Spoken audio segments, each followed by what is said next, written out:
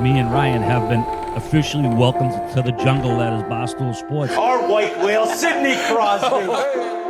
Shave his head! Shave his head! Shave his head! Ryan Whitney, Paul Bissonette, R.A., Mike Grinelli, Spittin Chiclets.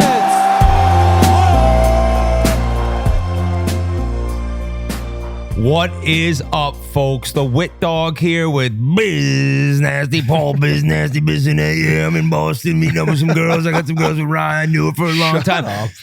Welcome to episode 527 of the Spittin Chiclets podcast. We are live in Boston. We're on Charles Street in Beacon Hill, a beautiful Airbnb. Shout out G for finding this place. Yeah. Phenomenal lighting. We got the brick backstone, but more importantly, we got the Pink Whitney right in front of G and Pasha. This episode is presented to you by New Amsterdam's own Pink Whitney. We were at the Boston University hockey game last night where I believe Agganis Arena might be selling it already or will be. What a shout out to me as a former alum of the school if they end up doing it. But we got the nips. We got the big You bottles. didn't make All-American, but you got the nips going. Didn't make All-American. I know. G's like, you're not in the Hall of Fame. I'm like, buddy, I'm not in anything. But shout out Pink Whitney. We had a very, very special sandbagger the other day with Tuukka Rask and Andrew Raycroft. The Pink Whitney was flowing. So we have two awesome sandbaggers in the books, and those are because of Pink Whitney in Amsterdam. Whit, real quick, I got to jump in. We got to remind everyone, Pink Whitney is doing a big old contest in where you can win a trip to Nashville, Tennessee.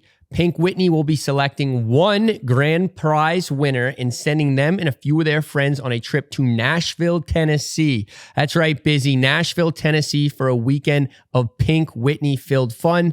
Pink Whitney will also be selecting 11 contest winners that will receive limited edition Pink Whitney Western merch. And all they have to do is follow the prompts online. Sweepstakes and contests will be open now until December 15th.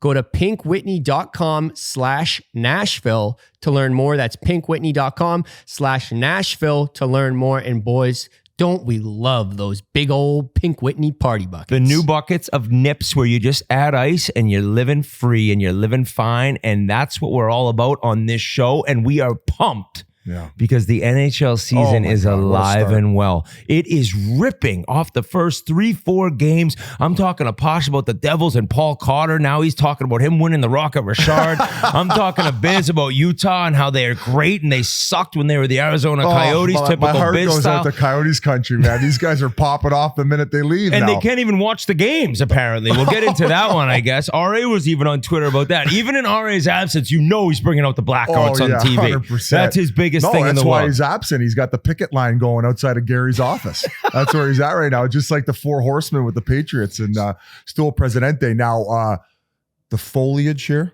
It's just the Brian foliage. Oh, you've taught me about crepuscular rays, but this is the time in Boston to be here as fall is hitting. Leaf peepers. The leaves are turning. Guys, I know I've said it before, but I might actually get a place here.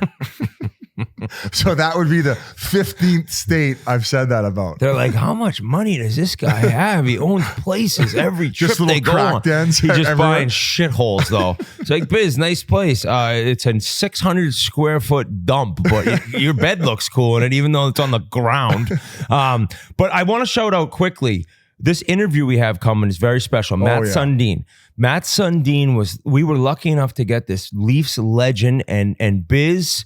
I know how excited you were when you found out we were interviewing him. Yeah. So it's pretty cool that we have this guy coming on. And he's been doing a bunch of media tour with, I believe his book's coming out. Yeah, and he was actually just on Swedish TV today and Merles knew we were interviewing him and he sent us a photo. I'm like, whoa, what's he saying? He's like, I don't speak Swedish.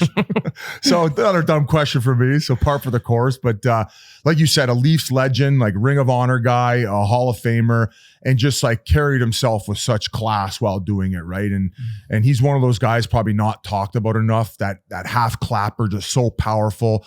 Much like Jaromir Jagr, he would stick his ass out. And couldn't get it from him. You couldn't get it from him. He was just an absolute horse.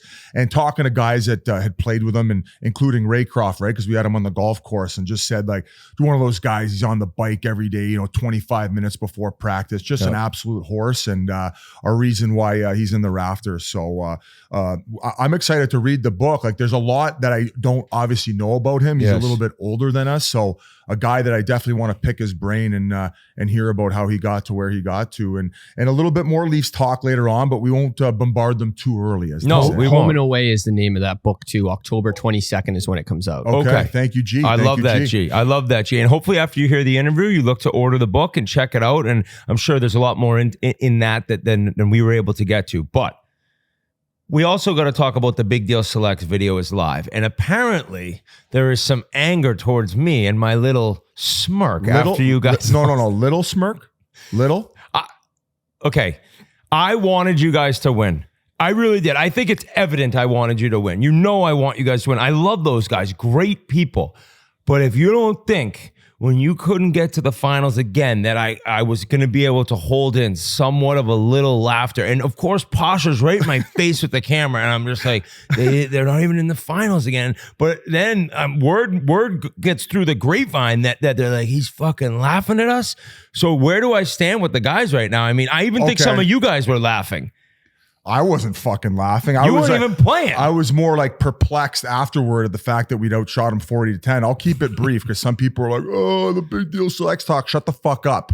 It's like talking about the Leafs. We have to do it. So when I was driving back down from Vancouver to Arizona, it just so happens that Terry Ryan Jr. was dropping the puck in Tri-City. So, was he?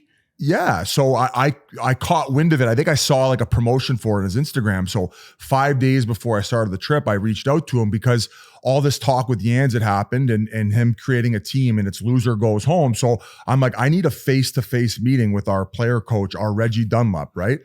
So I'm going to meet him in Tri-Cities along the route and kind of reroute a little bit to meet him, thinking that he's going to arrange a nice meal for us to go have. We can go have a sit down and have a serious conversation. Well, like I get there and he's high on shrooms again. Oh my God. I mean, I'm thinking at one point, when is this guy going to take a fucking knee? I just want to have a normal conversation about the Big Deal Selects.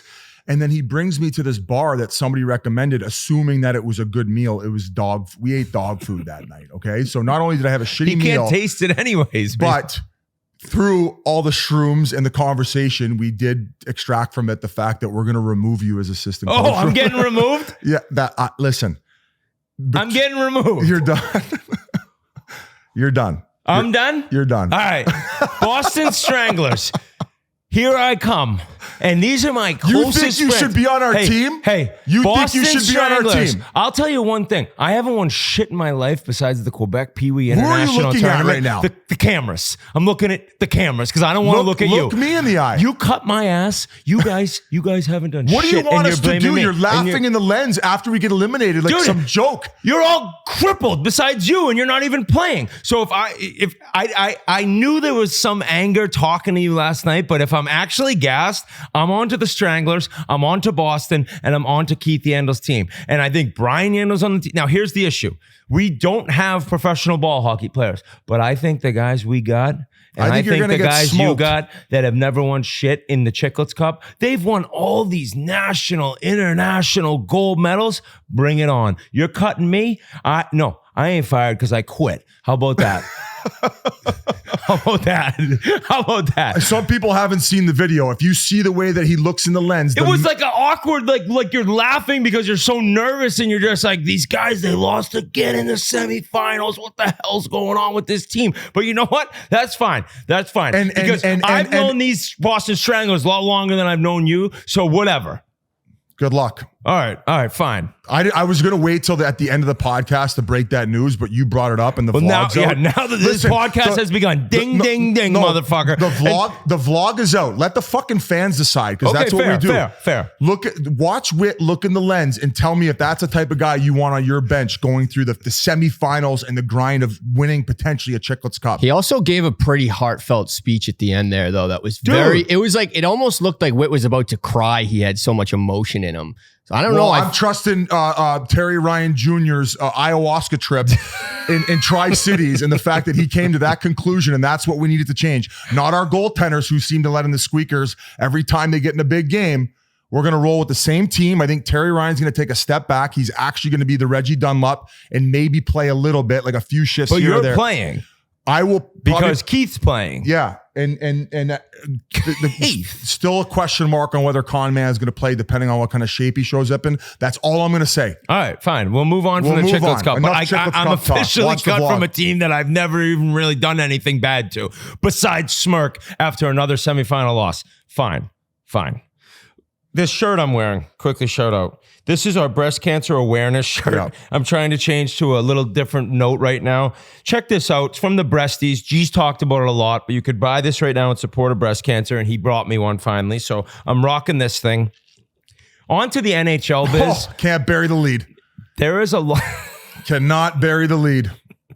What is the lead? The Utah. It's unreal. The Utah Hockey Club. It's unreal. And I took some flack. I took some flack for picking them to make the playoffs. I think somebody in this room was like, what? When I said it. Was it you? I picked them to make the playoffs. So maybe it was you. I don't know. Maybe who else was Merle's? Who was on for the Central Division with us? I think it would have been Merle's and Army. I think there was just maybe a little shock because everybody talked about maybe taking them, but maybe they were a little young and they weren't going to quite get there yet. And I think that people were surprised that you ponied up, you put your nutsack on the table and actually finally. I was due to do that for once in my life. Putting your little BBs on the table. Here's the thing, guys. That opener, that inaugural game for the Utah Hockey Club. And people are really split on like them being called Utah Hockey Club and not having a nickname yet and actually liking. I totally get it. I think that it was genius marketing because they're going to sell jerseys now and they're going to sell jerseys later. And we talked about this, but I do understand that people are like, why is it Utah Hockey Club? All I'm going to say now to everyone is watch the team play. And this could be the ultimate just Chiclets talks about a team with a nice start to the season and they lose 10 in a row. I hope not. I hope not. No. But watching this team in Madison Square Garden on Saturday night, the pizzazz, the flash, the speed, the top two lines. Sergachev. Can we talk about Sergachev? Yeah, redemption tour. Now, Tampa, granted, they had one game. They looked phenomenal. Who knows how this season plays out and missing him and how McDonough will play. Sergachev looks like, we talked about maybe there was injury worries and worries. I get a lot of shit for how I say that word. Sorry, that's how I say it. But worries. There's a lot of issues with maybe his injury, like probably being debilitating and maybe he wouldn't be the same player again. Trying to maybe move off of him at the right time, right? Bill Belichick style. Like last season, he went through that nasty leg break and he ended up coming back a little bit too soon, I would say. He looked like he was lingering on it, but it was playoffs too. Vinny Trocheck is another guy I think about in Florida. Maybe they thought when he broke his leg, they moved off of him, where we ended up seeing his best hockey last year with the New York Rangers, right? So agree with what you're saying. I'll hand it back over. Sorry to interject. I think he's looked phenomenal, so smooth. He's got 3 points in 3 games. This Dylan Guenther contract. Oh, God. The new Tage Thompson. The 8x8 where it can go horrible and it can go fantastic. He's got 5 goals. He's got no assists, so he's leading the race for the Cy Young. I don't think it ever matters if he gets assists because after Connor Bedard and your gross grind and talking about his release and the OT winner against the Islanders, I'm talking a flick of the wrist rocket. And you've seen it already 5 times this season. He's got crazy chemistry out there with line mates. He's got more speed than you think. But this shot, I think we're looking at like a top 5 goal scorer in the league. And the fact that in 6 years, he's going to be making $8 million still. Oh my God. Yeah. Oh my God, Utah. And they opened this entire thing up. I believe they broke a record for $120,000 in beer sold. This is Mormon country. And now I don't know, like, what do Mormons drink? Well, here's the thing though. It's become a bit of like a tech hub, right? Because, Silicon Valley's gotten too expensive where tax rates there aren't that crazy. And it just seems to be where a lot of them are flocking right now. So yes, there are a lot of Mormons, but there's also an influx of other people that are moving there with, cheap state tax and just a beautiful place to live overall. Beautiful place. So listen, I get that the state rules and going to a bar, you can't order 2 shots back to back. I don't even know if you can order a shot there. But they're clearly, and Ryan Smith's message, even before the game had started, this is going to be the loudest building in the league. And you're almost trying to brand it as such where maybe we have this very chill town, but where do we go to blow off steam? The Delta Center. The Utah Hockey Come Club. do shoeies out of your shoe with midgets in the crowd. We don't give a fuck. Were your midgets, correct? Yeah, those are my buddies. Those are my buddies that accidentally. So they came back to life. They didn't die. No, they didn't die. If you have to watch the behind the scenes Chiclets video, very funny little skit Biz put together where the two midgets ended up drowning in a cold tub. And then you put up mini sticks for them at their gravesite. Probably a little bit of dark humor here, but still, that's Chiclets Cup, and that's the big deal. Slacks not being able to win their own tourney. This will be my last pod. Okay. I remember when you told me what you were doing and I saw it, I was like, I don't know, this might be the end of Chiclets. You're like, nah, we'll be fine. And you know what? People have really liked it. But the midgets doing the shoeies, these guys know when to get in the mix. Oh, yeah. These guys know where to be to have a good time. But this team, man, and yes, it's early, and yes, there's so much hockey to be played, but Clayton Keller, he gets named captain. He hasn't slowed down one bit. I think he has 6 points already. 3 goals, 3 assists, OT winner on Broadway, backhand shelf. It went in so fast, nobody in the building knew it was a fucking goal. And he's sitting there going, bingo, bingo, we're off to the bar. He knew. So you talk about, all right, you look at their lines right now, and Barrett Hayton, who you've talked about his release also. Buddy. He's playing with Schmaltz and Keller. And then McBain with Logan Cooley, who I've mentioned before as a pop-off player this season with Dylan Gunther. How young is that top 6? It's crazy to look at like the skill and then the guys coming up in their system. It's an exciting time. And there's a diehard Arizona Coyotes fan out there. Like, I cannot believe this is happening. We've talked more about Utah this episode than I think we did in 7 years of the actual hockey team in Arizona. It was all about the ownership. Not true. Oh yeah, sorry. You talked a lot about Oliver Ekman-Larsson's 20-goal season one year. Thanks a lot. But I want to bring up Kerfoot, because you got to go see 2 of the assists he's had so far this year. They tied up the game against the Islanders in the Islanders home opener, which, by the way, the Islanders blow another third. I'm going at it with fans saying it's a mental weakness that they have where they're giving up these third period leads going back to last season, going back to fucking last year's playoff. They're up 3-0 on the road to Carolina. They blow it. They're up in game 1 in the third period. Hey, we got Patty Waugh, first full season. We addressed all these issues in training camp. Blow another third fucking period lead. They scored 14 seconds or even 12 seconds after after the Islanders had taken the lead. Yeah, they made it 4-3, and Josh Doan. But watch the play Kerfoot makes. And I don't really know what Noah Dobson was doing. He was kind of like he was out to, and this is an 80-point elite offensive defenseman. I think defensively, probably it's like I was watching the game. The announcers were even like mentioning, I don't know if he's getting sat. He ended up coming out the next shift of OT, but they said usually he was out when he got it turned over and ended up back in his net because Gunther sniped top cheese. Well, that was after he was out there for the tying one. But the announcer's like, he's usually on the ice in OT with Barzal and Horvat, and he wasn't out there. He went out the next shift and Gunther buried. But you have to watch this assist by Kerfoot. He goes down, I think it was Romanov, strips him, makes a beautiful backhand dish, and Doan buries it. You forget about Doan on the third line. What is he, 22? He's young. It's crazy. And then against the Rangers the other night, I don't know the score. I think it was third period. Kerfoot goes in and strips Keandre Miller, an unbelievable play, and then just rips it out front to, I wrote it down, to Keller. And Keller buries it there to tie it up or maybe take the lead. It's been the dream start for a new franchise. Very similar to the start by Vegas when they came into the league. Yeah. And it's like, oh my God, like, is something brewing here? And they're so young. So I just love what we're seeing from a great jersey too. I think the whites are some of the best in the league. And that was the one they were wearing on the road. And I just, the top 6 has been on fuego. We talked about the chemistry that Hayton, Keller, and Schmaltz had developed last year. Hayton was drafted 5th overall, and I think that people didn't really know the book out on him. Maybe a little bit slow coming in, but I feel like he's caught up a little bit. Kind of has that skating stride like Eichel, where it looks like he's not moving fast, but he is. And it's that patience I talked about where when he gets it in the slot area, it's almost like he's cocking back. He's got it ready to fire. He'll look at the goalie and see what the goalie might bite on first, and then he's able to release it. So in my opinion, he has a patience that you can't teach. Yep. And I just like the cadence in which he plays at. And he's obviously had good chemistry with, I feel like Schmaltz and Keller share a brain out there, the way they're able to move in the offensive zone. And listen, they're a little bit undersized, and yeah, maybe all the time they're not necessarily going to the blue paint, but they're able to expose the ice in areas in which they need to in order to get their opportunities. And it's just looked masterful from the top six. And we haven't even talked about Lawson Krause.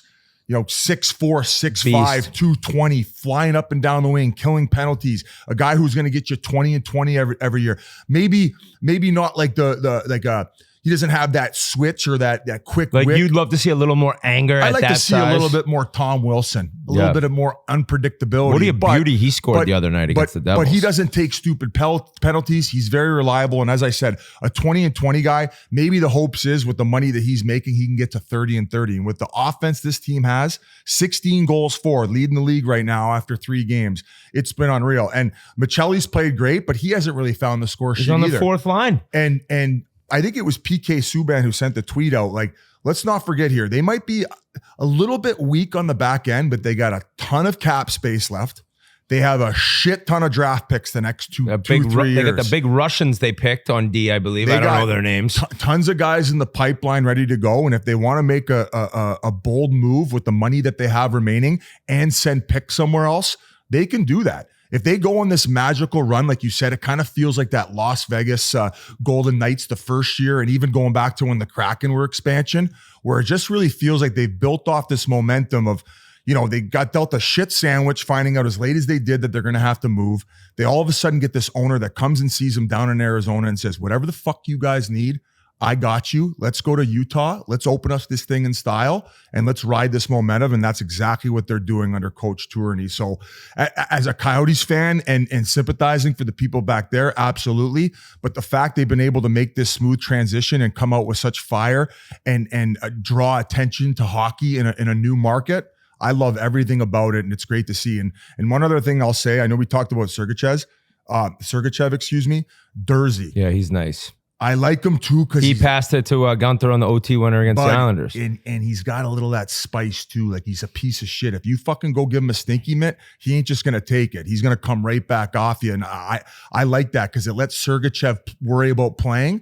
And then if things get a little greasy, Dursey's not trying to stick his nose in there. So love what they're bringing right now. And what else can you say? They had McBain fought, I believe, against the Rangers. Kesserling, I think, fought. I know McBain's very willing. That's nice. And I guess if you're talking about Lawson Krause and wishing maybe there was a little more anger at some point, TJ Ginla's coming. And if you're the son of Jerome Ginla, you'll be willing to chuck it around. So it's just, I wanted to give them some flowers because it's really cool to see a new team in the league and to see that that opening night. I mean, the craziest thing out of all the goals they've scored and all the excitement at Delta Center and all this action is all these like people from Utah dancing to Shabuzi before the first game. I think it's a bar song tipsy, like very awkward, but very fun too. Just like, okay, like let's have all these guys just dancing to Shabuzi, like singing this bar song tipsy. So awesome start. Now we are recording this right now. It's on Sunday afternoon.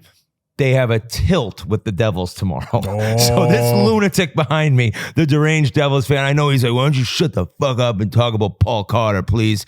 And we'll get to the Devils. Another team quickly I just wanted to just shout out because questions coming into the year.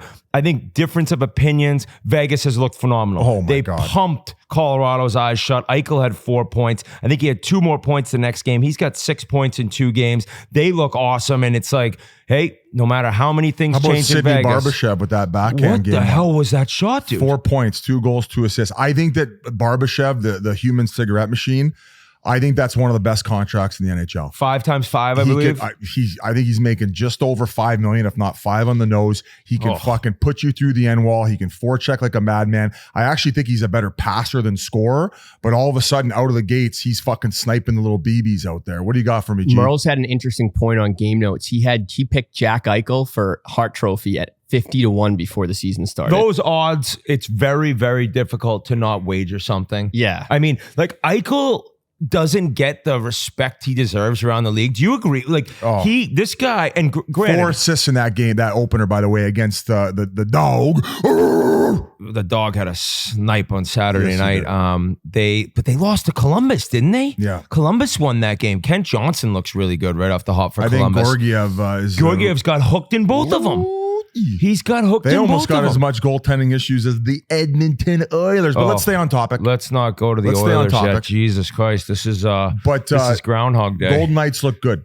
They look real good. They look nice. So just want to shout them out because you're wondering, oh, what's going on there? I don't think. And the one Barbashev thing is like, you almost wondered, like, because last year was a little after his playoff performance coming over from the Blues when they won the Cup. I think it was a little disappointing last year to see his play overall. But maybe it was like a a short offseason after the Cup, and now he's refreshed after that first round exit. He looks great off the hop, and I like that call by Merles. I mean, Eichel could end up getting. See, what's the most points Eichel's ever had? G, what's your guess? I think it was when he was in Buffalo. 82 points in 77 games is his career high. Now, granted, he's never played 82 games. He had 68 points in 63 games last year, 66 points in 67 games the year before. But maybe at one point, Eichel will be that 100-point guy. And I think maybe this is the year. So after one game, this is what we're doing. We're having hot takes. I think Ace mentioned on the broadcast, I think he's one of those guys like Sid. Some years he could easily get 100 points, but he plays a pretty good 200-foot game, and I think that's what he's asked for by Butch Cassidy. So it's really hard when you're not cheating on the offensive side of the game to put up 100 points unless your power play is insanely dynamic like it is in Edmonton or the Colorados and the likes of that. But I think if he's at a point a game playing the way that he's played, and I was also going to mention one of his former line mates coming over on a bargain contract, Victor Olofsson. So I think he signed for $1 million, and he had 2 snipes in that first one. And after the game on TNT, I asked him, I'm like, does the team consult you at all? And he goes, yeah, they called me about him in the summer, and he was an awesome teammate, great guy to play with. And I know that he didn't start out on Eichel's line, but definitely a winger, considering they got a lot of money in other areas, can come over and have a big year on a bargain contract. So they're putting a lot of their hopes on some of these young guys like Holtz, him. They got Pat Brisson's son there. What's his first name here? I forgot his first name. Brendan Brisson. Brendan. And then how do you say the other guy's name? Dorofeev? Dorofeev. And that's like a 90% sure on that one. But Dorofeev. I think maybe it's Dorofeev. Okay, way to go. But yeah, excited to kind of see what Vegas does this year. And you talk about Georgiev. Oh my God, to get the hook in the first 2 games, that's panic time. But going over to Utah with all that cap space, I think only 5% of their cap is in goaltenders right now. I thought that Ingram's look solid. Vemelka had a bit of an off year last year, but he's only making $1.5 million, and they have him locked in for this year. But I mean, who knows, man? If the Rangers can't figure things out, maybe they go out so there. So that's where you're going. And I think that's a great little segue because Kevin Weeks dropped the hammer. Oh, yeah. He dropped the hammer in saying that he found out, sources told him that Shesterkin turned down. I don't think so. No soup for you, New York style, that there will be no 8 years times $11 million, $88 million contract. The signed. richest contract offered to a goalie in NHL history. So right now, Carey Price owns that. It's 10.5 a year. That was the AAV. So this is a discussion that I'd love to have with you in terms of like Shesterkin say he wants 12 to 12.5. I feel that there's more people who are like, you can't play a goalie that much. And Pasha being one of them. Now, granted, it's the Rangers. So I'd love to know if it was the Devils and how he'd truly feel. But this guy is that good. He's that proven. He is unreal at his position. Now we asked Raycroft and Tuca, and they said Vasilevsky's the number 1 goalie in the league for them. I don't know, man. Like the past couple years, it's Shesterkin. Last year, they had no business. Like Florida, do you remember how he played in the Eastern Conference Final? I just think that what are you going to do? Not sign him? Right. And so if he ends up now, here's the thing: Panarin makes 11.6. I think it would be fair if you say, hey, you want to be the highest paid player. Elliott's talked a lot about on 32 Thoughts in his discussion about this, about he wants to be the highest paid player. He knows he's the best and most important player on the Rangers. And like you said, when the chips are on the table, Eastern Conference Finals, proven it. He's their guy. Right? Yes. He's their guy. So if you could ever get him at 11.7 and he says no to that, or 11.8, that's when you start being like, I don't know. But my thing is like, what are you going to do? I think that you go up to 12.5 for Igor Shesterkin. You think and the so? reason I say that is he's played 215 games. He has a 2.5 goals against average, maybe just below that, and a .921 save percentage. So if the reason Carey Price got that number when he did is Montreal said, how are we going to win a Stanley Cup? If this guy's not in the picture, there's no way we're winning a Stanley Cup. And that's my opinion on Shesterkin. If you take Shesterkin away from the Rangers, they're not winning a Stanley Cup. If somehow they moved on from a Panarin and got to spend that money and maybe go get 2 different players, I still think they could be a little bit more well-rounded and ride Shesterkin to the finals. That is my opinion. He's proven it time and time again. Not many goalies who have had that much body of work can say that they've maintained those numbers. And to me, and another thing too is, let's say this aging core for the Rangers gets a little bit older in 2-3 years.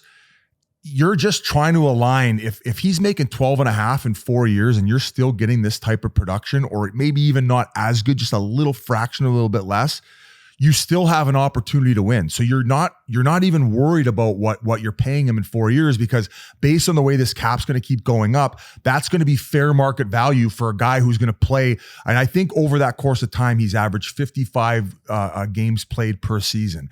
And I would say it'd be nice to probably see him in the 60, 65 range if you're paying him that. But ultimately, the workload and what you want him for is that playoff run, which he's playing every goddamn minute. He's got to be dialed in for that time. And how many goalies can you say over the course of that period of time have been able to sustain that greatness? Every single playoff run they go on, he's top of his game. It's him and Vasilevsky. I don't even think it's close after that. So I really don't. And this is a guy who said Sorokin was going to be better than Shesterkin. So I don't have a clue what I'm talking about with goalies, but I do know that what you said is true. Like, the Rangers without him, they're not even they're kind of a mid team. And I know that sounds harsh, but that guy is that much of a difference maker, where if he's gone, like, all right, yeah, go test free agency. Like, imagine the Rangers next year without Igor Shesterkin. I mean, who knows? You go out and you sign some goalie that pops off because you got a great defense in front of you, but it's not him. Now, Pasha, I would love to get your opinion, considering you're on the exact opposite of this. Now, saying before we go to Pasha, I would say if I'm the Rangers, and one of the issues is I guess his agent told the Rangers, they said, offer something now before the season starts, but once the season starts, we're not negotiating, which I think if they get to his number, that's bullshit and they'll accept it. If I were the Rangers right before the season, after the 11 or 8 times 11 was denied, I would have offered $100,000 more per year than what Panarin's making. And I would have offered it now, because I think that next summer you're looking at 12 to 12.5. And why not just get it over with now? Because you have to sign him. And if you give him the offer of 11 times 7 or 11 times 8, 11.7, 11.8 times 8, and he says no, then you're like, all right, now we really know where we stand. Do you know what I'm saying? Like, bingo. So it's like, okay, now we can really start planning ahead, because if Chris Drury said in his mind, like, I'm not going to 12 or 12.2 or 12.5, I got to start thinking ahead of this. And this could make a lot more sense as to Rangers fans were furious about the lack of movement and the lack of action in free agency. Clearly, Drury is more worried about having cap space ready to offer their number one goaltender. That was his main concern coming into the season, and kind of shocked they weren't able to get it done at 8 times 11. But I understand everything that Shesterkin's saying. Now, what do you have to say about it? Like, why do you hate paying a guy that much? Play the disclaimer. Play the disclaimer. No. We don't even need it right now, because we're not talking Devils. No, actually, you know what? Listen, you've heard me talk enough shit about the Rangers. I'm not going to talk shit here. Shesterkin is elite. Without him, the Rangers would be an AHL team. I think he's earned every penny. Pay the man 14, hell, pay him 15. This man has earned every penny. Back up the Brinks truck, give him 16. Pay Igor Shesterkin, give him every last penny. Okay, but you know what? Also, that being said, sometimes guys, they want to win, then they care more about the money. Now that Igor's got the championship, now that he's won, he's got his regular season champion ring. Maybe he does want to go play in a smaller market now that he's won it all. I like that. Sure. I'm glad you brought it up. Reminding that. That is a brutal banner. Who's getting fired? For people who don't know, there is a banner hung up in Madison Square Garden right now that says New York Rangers 2023-2024 regular season champions. Now, tell me you haven't won a cup in 30 years without telling me you haven't won a cup in 30 years. You might have to play the goddamn record. I don't get this banner, and I would be 100% down with a President's Trophy winners or President's Trophy champions. But to write regular season like that, you can't put champion on regular season. You can't do it. President's Trophy, boom. Have it up there. Nice banner. Amazing regular season. Made it to the Eastern Conference Final. We're not being duped, are we? That's an actual banner. No, that is real. Was that actually? No, that is confirmed. That is real. But would you expect anything else from a Mickey Mouse franchise like All the right, Rangers? you're done. You cannot have a serious conversation with this guy. No. You can't do it. But the regular season, it's just President's Trophy, fine. I love it. That's pretty cool to win a President's Trophy. But regular season champions, the champions is not the word you can use there. You can't use that word. You think Dolan called that one in? Probably. Imagine Drury fought that tooth and nail. He's like, we can't put Drury's a champion in everything he's ever done. Little League, World Series, Stanley Cup, NCAA. You can't put regular season champions because the champions are the Florida Panthers. Did Drury captain BU to a national championship? No, I believe he was a freshman. Oh, I okay. believe he was a freshman the year they won. Because I saw his banner. Jay was, Pandolfo might have been the captain, or Jacques Joubert, I believe it was. I saw that Drury's banner or jersey was retired. No, BU. so they don't retire. What was They that? have Travis Roy's number retired, who tragically was paralyzed and passed away a couple years back, and they retired his jersey. But that's the Hobie Baker. So they have Hobie Baker for it's Drury. It's Matt Gilroy, it's Eichel? Macklin Celebrini, and Jack Eichel. So those are the banners there. Okay, cool. At again, and did you have a fun time at that game? Oh yeah, guys. I went to my first ever BU game. I'd been to ASU games before. This was great. Getting to sit with VC's old man, who I didn't realize worked for the Leafs. Oh, he's awesome. So I didn't want to bug him too much. I wanted to make sure he was getting his scouting done. And then Chris Bork was in there, another former BU guy. And I know we're getting a little sidetracked, but before the game in college, all the guys, they start at the goal line and they announce the starters and they skate to the blue line. And Chris Bork grumpily explained that he never got to be called as a starter his whole first year or only year. He played 1 year as it was happening. And it's pretty cool. Like, the band's pumping and he just leans over and goes, never got to do this once. I'm like, what? And he was very good. He played 1 year and turned pro. And I'm like, he goes, nope.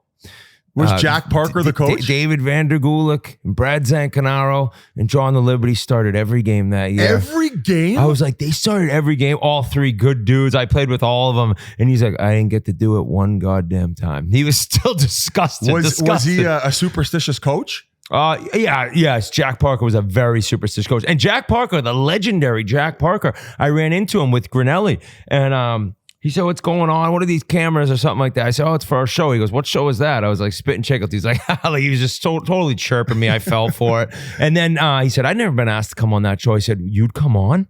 I never even thought he would. And then he kind of started laughing. So I'm on him now. We're still not sure whether he would actually come on based on the laugh leaving. Yes, yeah. I think he must have coached 60 to 70 NHL players. Okay. Maybe that's a reach. And this is the famous coach where you had a tough first period and you came off and he called you in the hallway and he grabbed you by the cage, right? Is that what happened? He gave me the cage treatment in the runway behind. But he's a legend.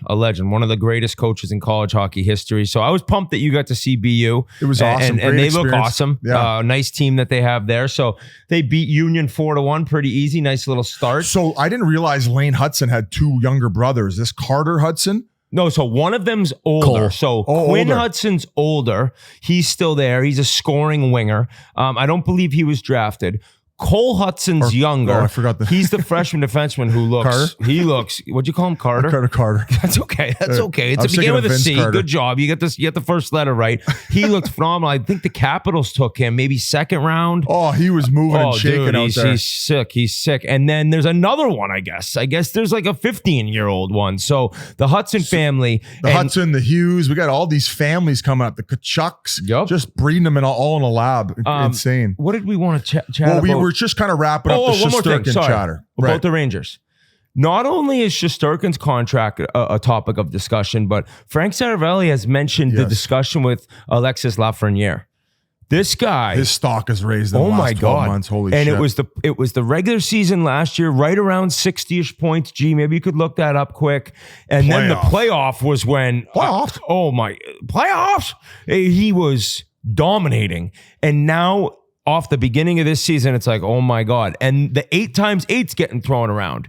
That is one where it's like, oh man, like Gunther Gunther has not proven as much as Lafreniere has. I can never say his name correctly. I'm sorry, Rangers fans. You know I'm bad with names, but he looks so good that I don't know if I'm taking 8x8 if I'm him. 57 points. 57 points last year. So Jason Gregor was mentioning that, and he kind of like prefaced it with like, don't jump down my throat, but like similarities to Nathan McKinnon's start of his career, where he wasn't insane off the hop. Yes. There was the sports psychologist and just growing into his game. And a reason game. why he was only making just over $6 million Yeah. was because he hadn't had that hot start, right? So you don't want to be the guy to sign that deal now, and you learn from that experience where, like you said, like if they're offering him 8.5 times 8, I can understand where he's like, no, I want to play out this year now that I'm going to be in these first two lines getting power play reps. Yes. They were third best power play in the league last year. Their puck movement, that ain't changing. No. And even if he's not on the first unit, the amount of ice time that he's going to get and the fact that he's clearly found his game in which he had in junior at this level. He's like so in that skilled. first game against Pittsburgh when he does that backhand toe drag around, I think it was Peterson on the slide coming in the zone and he just zips it low blocker. Like he is a guy that I could see getting to that 70, 80 point mark. And I would hope that they can lock him in for that fair deal. And the reason I say that is I respect the Rangers in a lot of cases right now, their patience with their prospects. You're seeing it with Capo Caco, although fans might not enjoy that patience. Hedl, they've given some of these guys a little bit of time to finally find their game, like Lafreniere, and now it's finally arrived in year 4. Is this year 4 or maybe year 5? I think this is his. This might even be 5 now. Yeah, I just think that like he's looked that different than the first 2-3 years where I was kind of calling him out. Similar to how I did with Slavkovsky when he ended up popping off. Like, I guess if I'm like, I don't know about this guy's first overall pick, like that's the best thing that could happen to you. But now, even when Pasha's telling me last night, like that kid's so nasty, it's like, all right, if he's saying it, I know I'm onto something.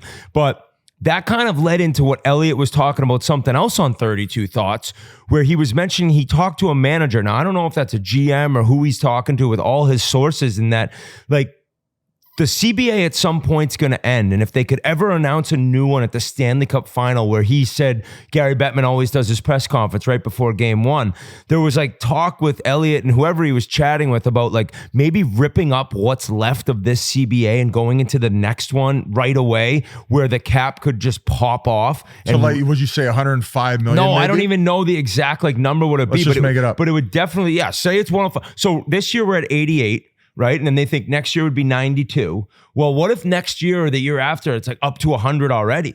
Then I could understand like Lafreniere and his agent or Shesterkin his agent being like, hold on, this thing's going up. Like we're in no rush with how good of players we know we are. Let's see what this cap gets to. Who knows? Maybe it's over 92. Maybe we're just blowing smoke up everyone's ass right now.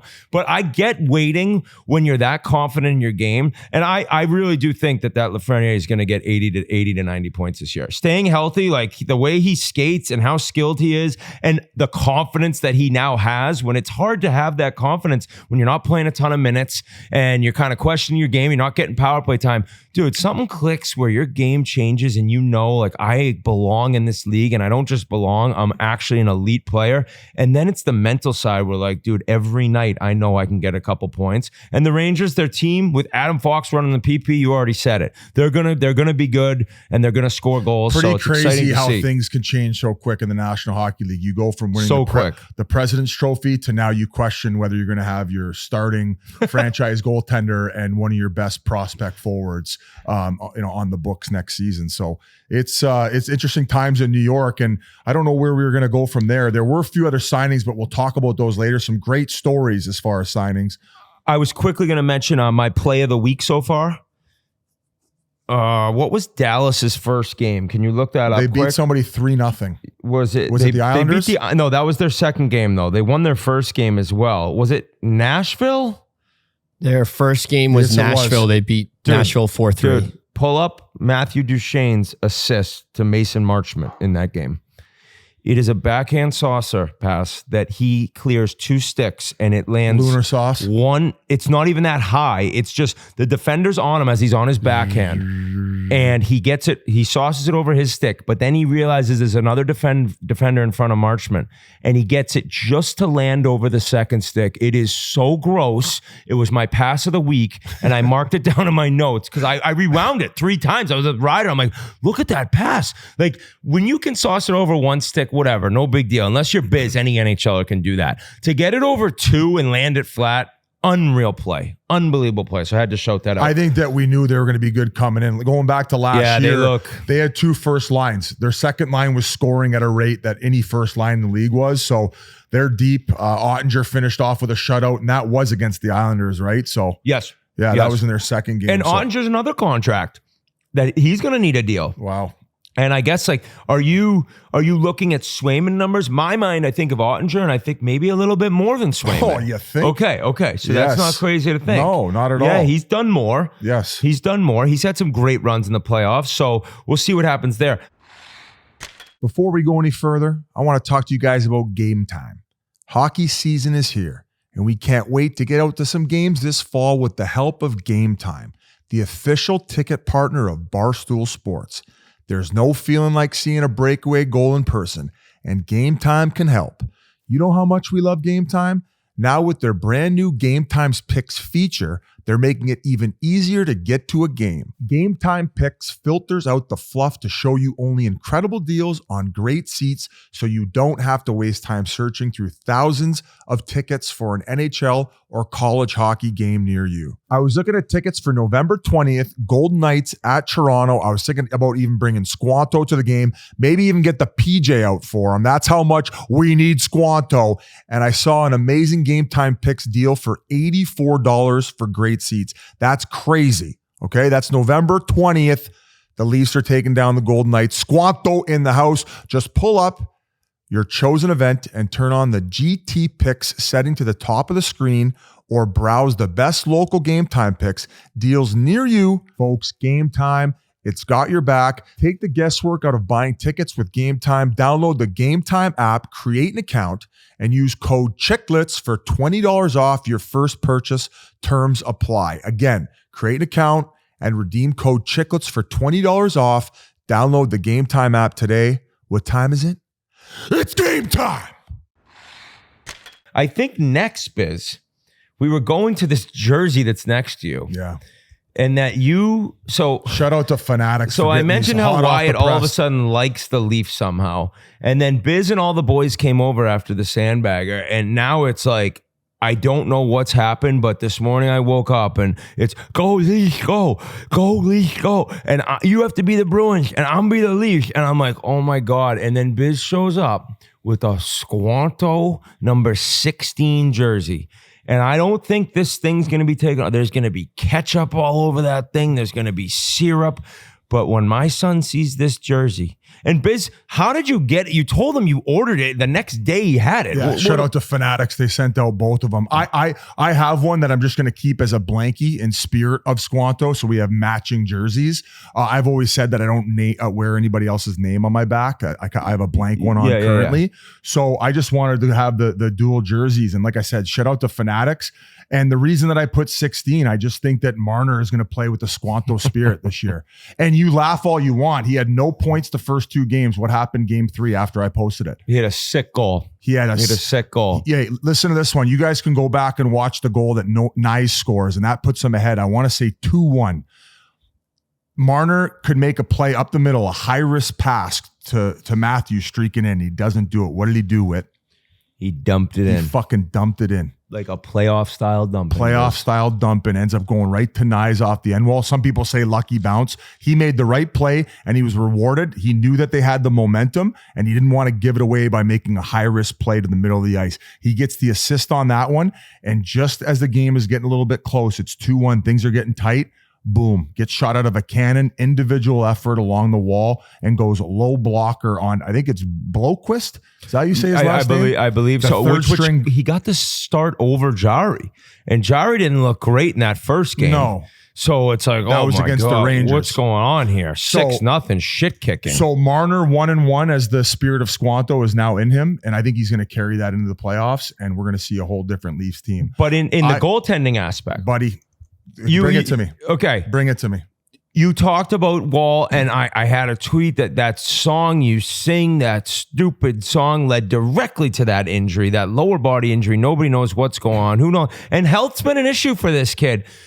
What do you think? Because now Stolarz is a nice. This is what I was going to say. Okay, go ahead. Is that you're in panic mode because you're losing your number one goalie in Joseph Wall, and he has had trouble staying healthy, right? Even going back to last year's playoffs, but.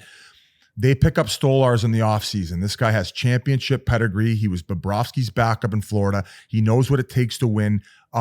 He's been a journeyman his entire career. He's at that perfect age for a netminder. And I think he's exactly where he needs to be in order to take that starting role and at least have the confidence to run with it because of that experience he's gained up until now. Everybody I've talked to loves him. I know nothing about goaltending, but he's 6'6". He's a beast in the net, and so far through the first 2 games that he's played, he's looked unbelievable. And you want to talk about Leafs depth in net? How about this Hildeby guy? The Hildebeest? Hildebeest, 6'7" from Sweden. So maybe he's the guy. Maybe it's not Wall. So once again, I don't follow the goalies that closely, but he played with the Marlies a little bit the last 2 years. He was a name that got brought up a ton last year at the deadline is what G's telling me. Teams really wanted this guy based on his mechanics, his size. He's like these new wave goaltenders. He was built in a lab with. So not only do we have Joseph Wall, not only do we have Stolarz as a backup, a 1A, 1B situation. I love saying that. And then you got this guy that you can move up and down all season long because he's still on an entry-level contract. The Leafs have 3 goaltenders. But when you got 3, do you have one? When you got 3, do you have one? What do you mean? We're talking about the Rangers and how good this team is because of Igor Shesterkin. Like, you need a legitimate starting goalie. And this is coming from an Oilers fan who's questioning, is Stuart Skinner that? Like, I understand the excitement of the Hildebeest and Stolarz. So it's like, then you got Wall who's injured. There are definitely question marks there. To try to win a Stanley Cup, if you're talking about we got 3 guys, it's like, do you have one? I would rather have 3 really good goalies that you know that one of them can go on a run and has the mechanics to sustain that. Yeah. You saw what Wall does not get rattled. You see playoff time, he's in the zone. He's got a great head on his shoulders. Stolarz, that's why I mentioned his age, 30 years old, journeyman. Yep. He's got the cup. The weight's off his shoulders. He's playing with the house's money now. It's kind of like Verhaeghe, man. He kind of been he never even got to unpack his suitcases. Now all of a sudden he's the starter in Toronto because Wall goes down. Well, he also doesn't have to brunt all of that pressure either because you got the Hildebeest. 3 fucking guys in net. And like I said, Hildeby, entry-level contract. He can go down. There's no drama there. And you can keep him starting games with the Marlies. He could take the net and take the reins there. So all right. I mean, you got me a little there. You got me a little there. You should worry about your own goddamn goaltending issues. That's what you should be doing. I'm worried about that entire team, but I don't want to go into them quite yet because I do want to mention how good Steven Lorentz looks for the Leafs so far. Another Stanley Cup I saw champion. a great on Twitter, he put up a yearbook picture. I think it was like 8th grade yearbook. Where will you be in 15 years? It said playing in the NHL. And then he put in parentheses for the Leafs. And now he's there. Like, what a cool story. Like the fact when you see things like that happen. And I mean, this guy won a Stanley Cup with Florida. And he was good there too when he stepped in. He is a Berube type player. And the 4th line there, it looks good. So like the Leafs, solid start. Now Matthews hasn't scored. I think I'm going to start, by the way, I bet him to score in the first game of the year against Montreal because it feels like he always does since his 4-goal game to begin his career. He had 6 shots on net. I think 2 posts. He didn't score. I had a huge bet on it. So kicking the dick there. I'm kind of crying for myself right now. But I'm going to move forward and I'm going to bet hat trick Matthews every game because that's what these guys do. Like people say like, oh, till you get your first goal, it's kind of a panic. No. For some people, it is. For mid-tier players, if it's 10 games, they don't have a goal, they start panicking. Austin Matthews, one of these games, he's going to get a hat trick. You heard it here first. At least 2. The game he scores his first goal, he'll get 2. And I'm going to bet 3. So I just want to shout that out because he's getting so many chances. But the Lorentz thing's cool, and the fourth line that started off brutal last year has looked solid. Yeah, and since we're on the Leafs, 2 other things I was going to mention. I thought Max Domi's looked incredible. He's playing with so much confidence and patience. He's making plays. I think he's got 3 assists right now. He's actually leading their team in points because they have kind of spread it out throughout their lineup. And I just think he was born to be a Leaf going back to last year. Took him about 20 games to get his feet wet, and then he really progressed in the back half. And then you can't say enough about his playoffs. He had to slide over to center ice given the shit show that was going on. He was snapping back draws. I don't think he fucking lost one in the games that he was playing center. He was scoring, having assists. He was one of their top scorers come playoff time. And then Tanev, just how much he brings to the defensive side of their game. You can go and watch the tape the first few games, but he's so good at not overreacting to the play and kind of hanging back, where there was a few backdoor plays that the other team made. And all he did was he was just calm on the other side, anticipating it, had a stick in the lane, stick on puck, boom, the play's dead and they're off going the other way. So I've seen a bunch of tweets about it, and the appreciation is like, oh, this is what a true shutdown defensive defenseman is supposed to look like. And then the rest of the guys on the team kind of get to go do what they do. Like Morgan Riley, I think he's an unbelievable second, third style defenseman. I do think that Oliver should maybe get a few power play reps to see if he can find chemistry, maybe even on that top unit. So they have a well-rounded decor right now, and they got goaltending. And I love not only what they have in the top 6, but what they got as far as the McMahons, the Robertsons, all those other names down there, the Holmbergs, and what they got cooking, and Lorentz. So credit to that GM, Tree Living, and their staff on everything they've done. I love. You love the Leafs. Love the Leafs. You love the Leafs. Love the Leafs. Okay, well aware on that one, which I respect your fandom, and I respect that Squanto jersey that my son has until I throw it in the trash and have to deal with the wrath of Squanto. Thank you to Fanatics. What did I want to bring up next? Oh, speaking of goalies, as we've chatted some goalies here, Husso's on waivers for Detroit. I mean, kind of a crazy story. Had the starting job in St. Louis over Binnington, 2 years ago? Yeah, up until playoffs. And I think it switched over in playoffs in the first round. And then I guess the other night, Army's telling me, I didn't see this game, but I guess he let in some horrible goals against Pittsburgh. They got whacked 6-3. They had a nice win, a 3-0 win against the Preds. So Detroit's 1-1. But I was shocked to see this. Like, whoa, what's going on there? And that's a team that really needs goaltending. That's a team who would probably pay Shesterkin. They're talking about don't want to pay anyone more than what Dylan Larkin makes. Dude, Detroit needs a goalie, and now he's on waivers. Now, I've seen reports that apparently this could be like a cap thing because they need to get a forward up with Christian Fischer possibly being injured. I don't know exactly what's going on, but I didn't know if you had any thoughts there besides just the fact that that's the goalie position and how fickle it can be. And that's why when you talk about paying guys like Shesterkin, it's like, these guys are mentally able to handle the starting position, where you got a guy who had the season, a career season, and 2 years later he's on waivers. So it's just really hard to find those guys in net that you can rely on and pay. And that's why you got to pay them the big bucks. So hopefully it just is a wire move. We've went on to talk about guys like Jordan Martinook, where this has happened and all of a sudden they're back up. And that was I don't want to say their wake up call, but a turning point for them. And I mean, you wish everybody success, right? So this guy went from a starter to where he is now. So let's hope he can get it back. You're right, Biz. And I actually totally forgot about the legend himself, Matt Sundin. I was going to throw to him after we talked about your Toronto Maple Leafs, but I forgot. And how could I ever forget? So right now, let's go to Matt Sundin, the legend Hall of Famer. Whit, before we go any further, I got to talk to you guys about DraftKings. The quest for the Stanley Cup starts now. The puck's dropping on the 24-25 season. Get in on all the action right now at DraftKings Sportsbook, an official Spets betting partner of the NHL. It's super easy for first-timers to get started. Try betting on something simple like picking a team to win. Go to DraftKings Sportsbook app, select your team, and place your first bet. And if you're new to DraftKings, listen up. New customers bet $5 to get $200 in bonus bets instantly. Download the DraftKings Sportsbook app now and use code Chiclets. That's code Chiclets for the new customers to get $200 in bonus bets when you bet just $5. Only on DraftKings. the crown is yours. It's an absolute honor now to be joined by a true legend of the game of hockey, a Hockey Hall of Famer, an Olympic gold medalist, and the first European player ever selected first overall in the NHL entry draft. Matt Sundin, thank you so much for joining Spittin Chiclets. Thanks for having me, guys. What a nice introduction, too. Yeah, I really practiced that one overnight. Biz was begging me to allow him to do it, but I said, no, your Leafs jersey is enough here for this interview. No, I couldn't have done it. I'm too nervous. He's too nervous. I called Ty this afternoon to get a few questions for the pod, and I said, Ty, I'm a little nervous. He goes, just remind Matts how nervous he was the first time he got to hang out with Mario Lemieux. He said that was who you wanted to emulate, and you had so much respect for him, and you got to spend some time overseas with him, and he said you were like a kid in a candy store. For sure.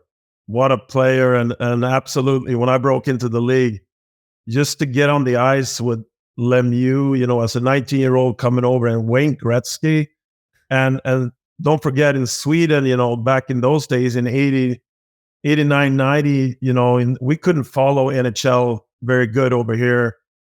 And you just saw it was like playing against, cartoon heroes that you watch and just hearing about Lemieux and Gretzky. So, and Mario was what a player. He was the player I just enjoy watching most. So before YouTube and the internet and all the streaming that you can now have, like, how would you see random clips on like Swedish TV like once a month, or like how did you even see anything about these guys? And I mean, back in those days, it was like two TV channels in Sweden. There was like news clips like 2 or 3 days late about the NHL scores, and they show some highlights from the Stanley Cup playoffs from the finals. That was it. But so the big stars in the National Hockey League, obviously the Lemieux, Gretzky, we only heard about and followed a little bit, and also the top Swedish players at the time. Mats Naslund in Montreal was one of the stars in the league, and one of the big Swedish stars, Håkan Loob eventually, but there were some players, but not very many. So it was tough to follow the National Hockey League back in the days. And now Sweden is just the same as Canada and North America. All the kids, they follow the National Hockey League right from the get-go. We're going to dive obviously into your career right from the beginning. We usually go in chronological order from your childhood. But as of right now, since retirement, have you found a new passion outside of hockey? Like, what are you doing mostly with your time now? Well, I mean, the biggest thing I got going is, I got kids late. So 3 years after I retired, we got our daughter. She's turning 12 now, and we have 2 boys.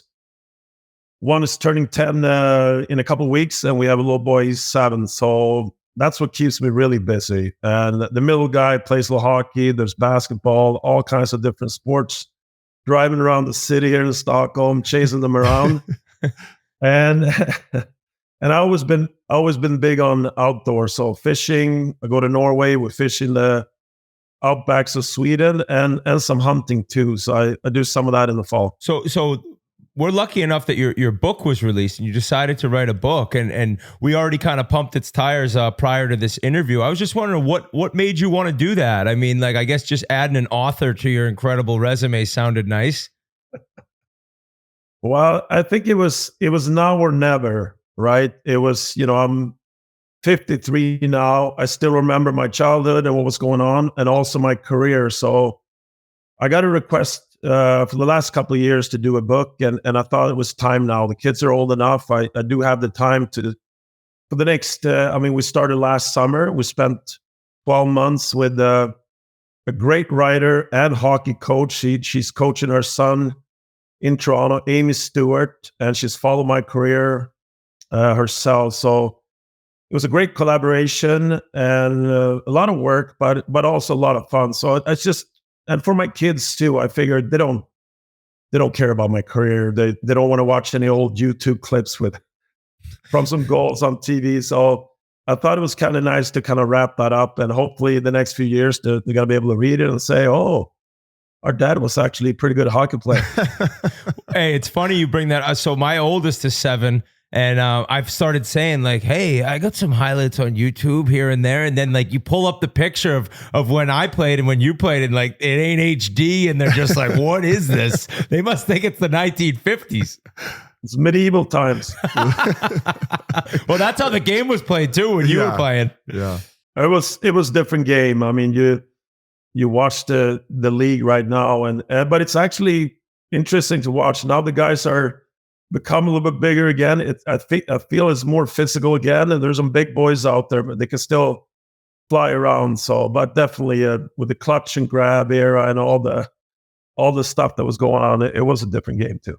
Matt, how did you start playing hockey as a child? Just did your father do it? Was it in the family? Yeah, I grew up. Both my mom, especially my mom, but also my dad. My dad used to be a goalie. He's from a small town 2 hours northwest of Stockholm. And my mom and my dad, they are sports nut. My mom is 81 today, and my dad is 79. They still watch all sports on TV, anything that goes on. They follow the National Hockey League. So I think just being around in that environment growing up, they let us. I have two brothers.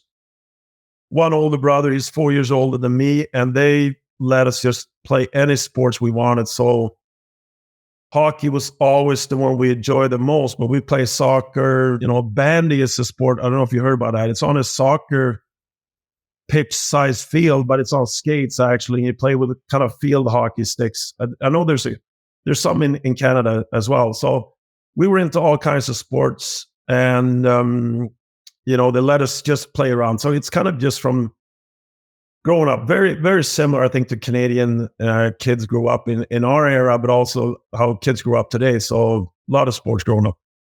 I think the most interesting thing for us interviewing players is that some kids were always the best, and then some kids were late bloomers and became very good at 15, 16 even. Like, were you always one of the biggest kids? And sometimes that can almost hinder you when you're 10 and 11. I didn't know how it was for you growing up, like skill-wise. Yeah.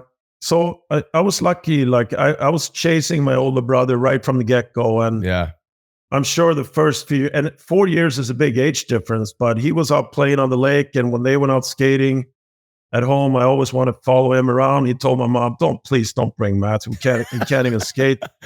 But they let me. And so that gave me a very early start.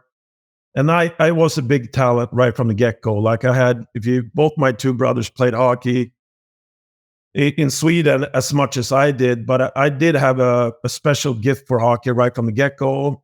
I wasn't that much bigger, and I was kind of late into puberty and grew a lot from 16 to right up to 22 almost. Like I know when I was drafted, I was 188 centimeters, maybe like 6'2" and a half or 6'3", and I kept growing and added like 20, almost 30 pounds the next 3-4 years, and ended up at 6'5", and played at the end of my career at 230, 225. So I grew late. Did you always have a great work ethic? And maybe who were some of the other Swedish players that you looked up to outside of your brother, like for people maybe playing for the national team and people maybe who had already broke into the NHL at that time? Yeah, Mats Naslund was one guy that I was able to watch a lot. Kent Nilsson, you guys remember him? He had I played with his son. Very talented. Yeah. But then I had, I was a big talent, and when I got to Djurgården, who was at the time the best team in Sweden, I was fortunate enough to come in to a great group when I was 18, just a year before I turned pro, and I got to learn what it takes to be on a championship team, and the work ethic and the culture on that team was fantastic. So I was a great talent, and I learned when I was 18, 19 that if you're gonna get to the highest level of hockey, you got to match that with hard work and do all this stuff that is important to become a great hockey player. So I had a lot of good mentors and good people around me, especially in my late teens. Which I'm sure helped with the transition, because when you came from overseas, it was right into the NHL with the Quebec Nordiques, where you played early in your career. So your first year you come in, you felt like you were more ready because of that experience you were gained, and it was an easier transition. Yeah, but it was still a shock. Like one of my first games, playing on the big ice surface, And I remember one of the first, exhibition games with Quebec. I think we played Hartford or Buffalo.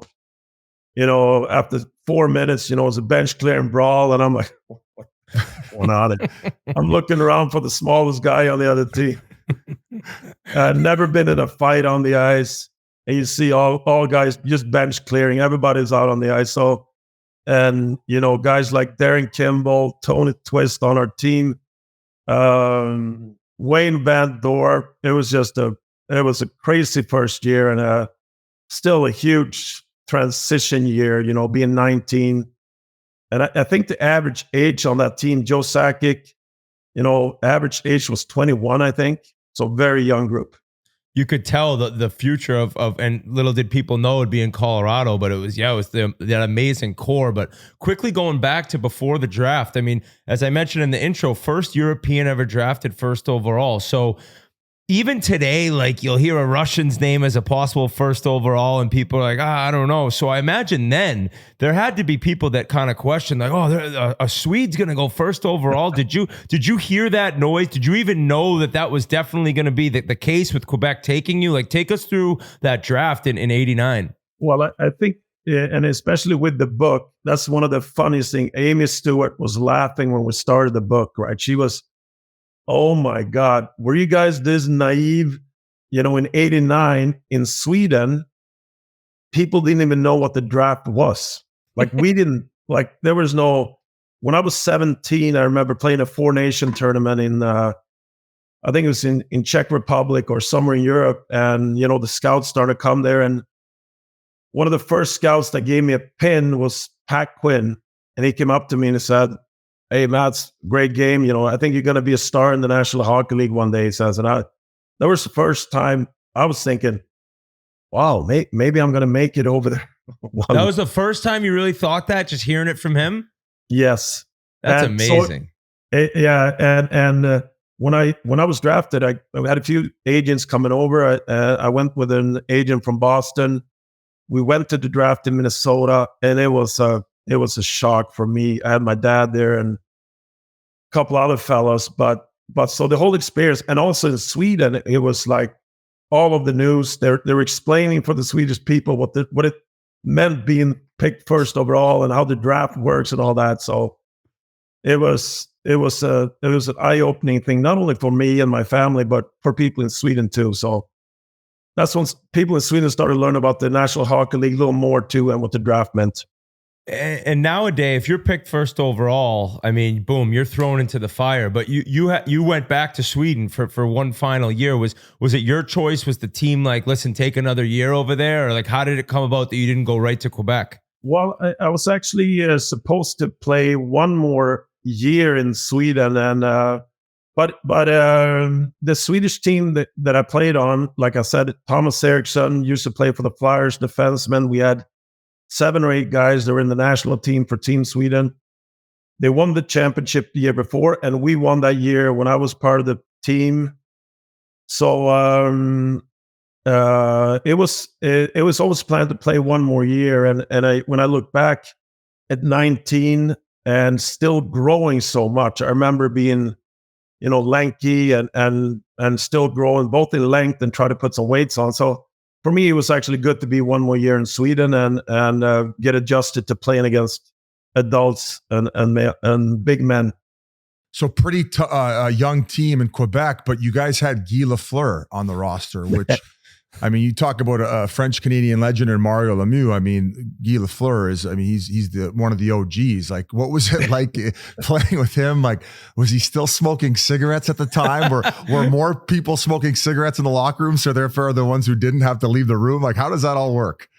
I mean, I come in the back. I mean, my first game, I was probably at the rink 3 hours for the game, and just the setup, coming into an NHL hockey dressing room where all the gear's perfect place, the sweaters, the socks, pants, there's your name. I come into the room and in the locker room, and there's my sweater, number 13. It was like I got goosebumps, and I walk around the locker room, and the whole team is there except one, Guy Lafleur. His whole stall is gone. His sweater's gone, pants, everything, skates, everything.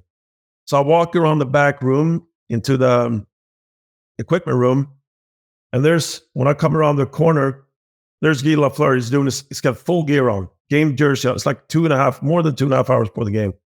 Game jersey on, everything, skates on, taping a stick, and he looks over to me, and he looks at me, he's like, Mats, great to see you here in time. Preparation. If you want to be a great hockey player, you have to prepare. And I can tell right away you're going to have a good career. Full gear 3 hours before the game? Oh, yeah. And I think he was 39. His 20th season. Maybe turned 40 already. Oh, my God. That is incredible. Why did he get dressed so early? Like, it's not very comfortable being in your skates that long. He had skates laced up and everything. And I don't know, but he always told me to Matt, shoot the puck, Tabernac, shoot the puck, don't pass it. And then Guy Lafleur had in Quebec, he played his last 2 games of his career, home and home against the Canadiens. Oh my God. On Friday in Quebec City, he got a 15-minute standing ovation. Oh my God. We're standing, you guys know, we're standing on the blue line on the bench. Our feet are killing us. He's skating by himself around the rink. And the next night, of course, in Montreal, they had to beat it. So it's a 17-minute standing ovation in Montreal. He was trying to tell you had to prepare by getting your gear on and be able to hang out it for 3 hours before you do anything. That's what he was actually telling you. Yeah. That is incredible. Any other fun stories? Those are 2 incredible ones, but God, what a guy. I think the first year was just the level of competition compared to Europe, how you can tell the guys were competing for jobs, and the intensity in the practice, the demand from the coaches. When you sign a National Hockey League contract, you think, wow, I'm going to make a lot of money. I'm going to go over and have fun for a few years. But and the responsibility of being picked number 1, it comes with a lot of demands, responsibility, but also, you got to score goals. You got to prove that you're worth being number 1. So I think that was a big shock and adjustments, and all the fights back in those days. It was crazy. How was media? How was media in Quebec? Would they get on you? And because of maybe the language barrier, was it easy for you to just ignore if it ever came? I think they were fine with us.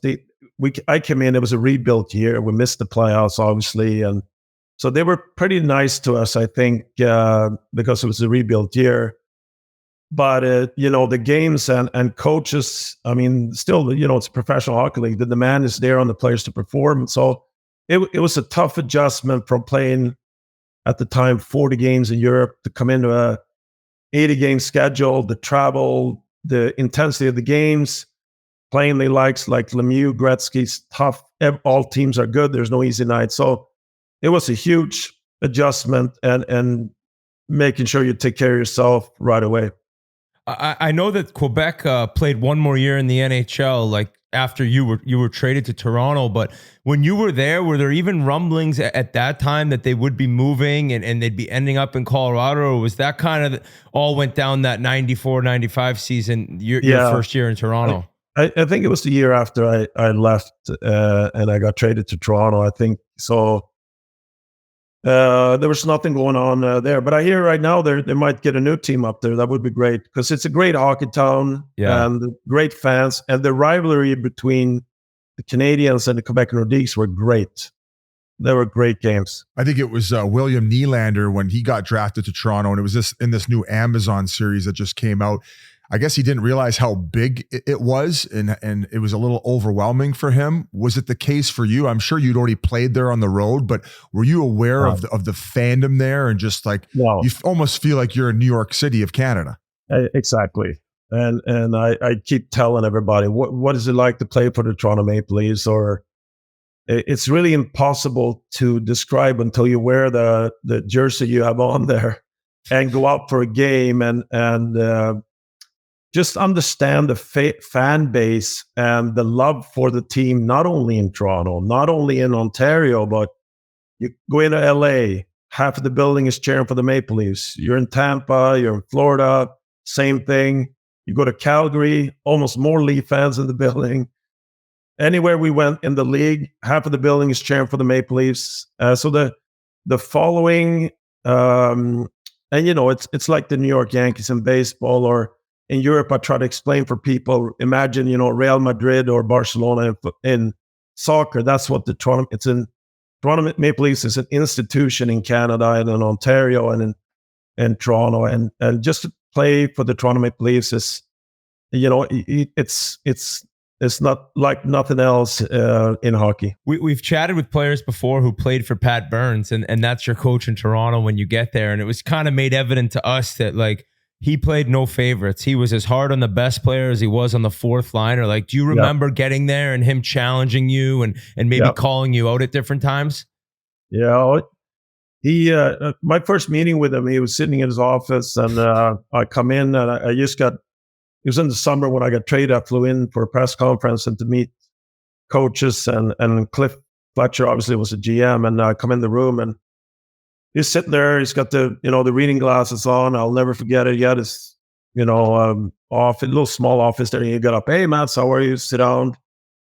And he's asking me, do you mind playing the right wing or on the second line? And I said, you know what, I play anywhere. I think I was 23 or 24, whatever. And that's fine. We're looking forward to the season. He was excited, and he asked me a couple of questions. Then he's drawn on the paper here, just after watching me. He drew a little thing on the paper and he gave it to me. I said, "What's this? What's this? This is the roadmap to the gym here at the Maple Leaf Gardens. You're gonna want to be in there a lot this year." He's like, so that was his way of communicating, like, you got to put on the weight if you want to be successful here. I actually hopped by accident. Like, you had 115-point season, had 4 amazing years in Quebec, young first overall pick, and you were traded. Like, what was the shock factor like for you? Did you see that coming, and did it make any sense now or then? Well, the way I understood it, it was my agent. We talked, I think my contract was up, and I think Quebec got a new GM that came in, and obviously we missed the playoffs the year before. We lost to Montreal, I think, the year before that, and missed the playoffs. And he said, we're never going to get to where we want to be with the Quebec. So, and then it was all, I never, you're so young at that age too. So I don't really know what's going on. My understanding was they couldn't get even close to an agreement. And then Quebec, and I don't know where Toronto came in and that, or my agent. So, but eventually it was a trade that summer. Was it hard for you to see them go off to Colorado and then win the cup and have success? Like, first year, like, oh no, like shit. Yeah, it took them a couple of years after I left, but no, not really. I think they, if you look back, Quebec City is a great hockey town, and I don't think the guys obviously playing in Colorado care if they won the cup in Quebec or Colorado, obviously, but not really. There was great players on that team. Peter Forsberg, obviously, I know really well, great player and a great human being. So I was glad to see many of the guys that I play with there win the cup. Getting to Toronto, like Doug Gilmour's there and Dave Andrechuk's there, like, who did you become close with right away? And as Biz mentioned, prior to the interview or at the beginning, like, the room was apparently so close. Yeah, you guys had a good culture there that you'd established for a period of time. And like those are, in my opinion, the glory years, right? I wasn't alive for the Stanley Cup. So that era of the Wendell Clarks, you, Gilmour, the Cujos, like, that's what I remember. Yeah. Well, I think a guy that helped me a lot when I got there my first year was Dave Ellett. I stayed with him coming to Toronto, and I understood after that was kind of hard because Dave and Wendell Clark were really, if not best friends, they were really close. And but Dave was great to me. He took me under his wing my first year until I got my own apartment in Toronto. And obviously Dougie, fantastic leader and player, and he had that combination of the, such a hard-nosed, great hockey player, but also a very relaxed and great teammate off the side. So I think both the years with Joe Sakic, Doug Gilmour, and then I played with Wendell too, it made a big impact on me. All three great leaders and great, not only great players, but great people off the ice. They influenced me a lot in the type of player and leader that I became after that. So I agree though. There were great years. We had some tough years. My first years with the Leafs, but once moving to the Air Canada Center, we made it to the conference finals and had some really strong runs after that.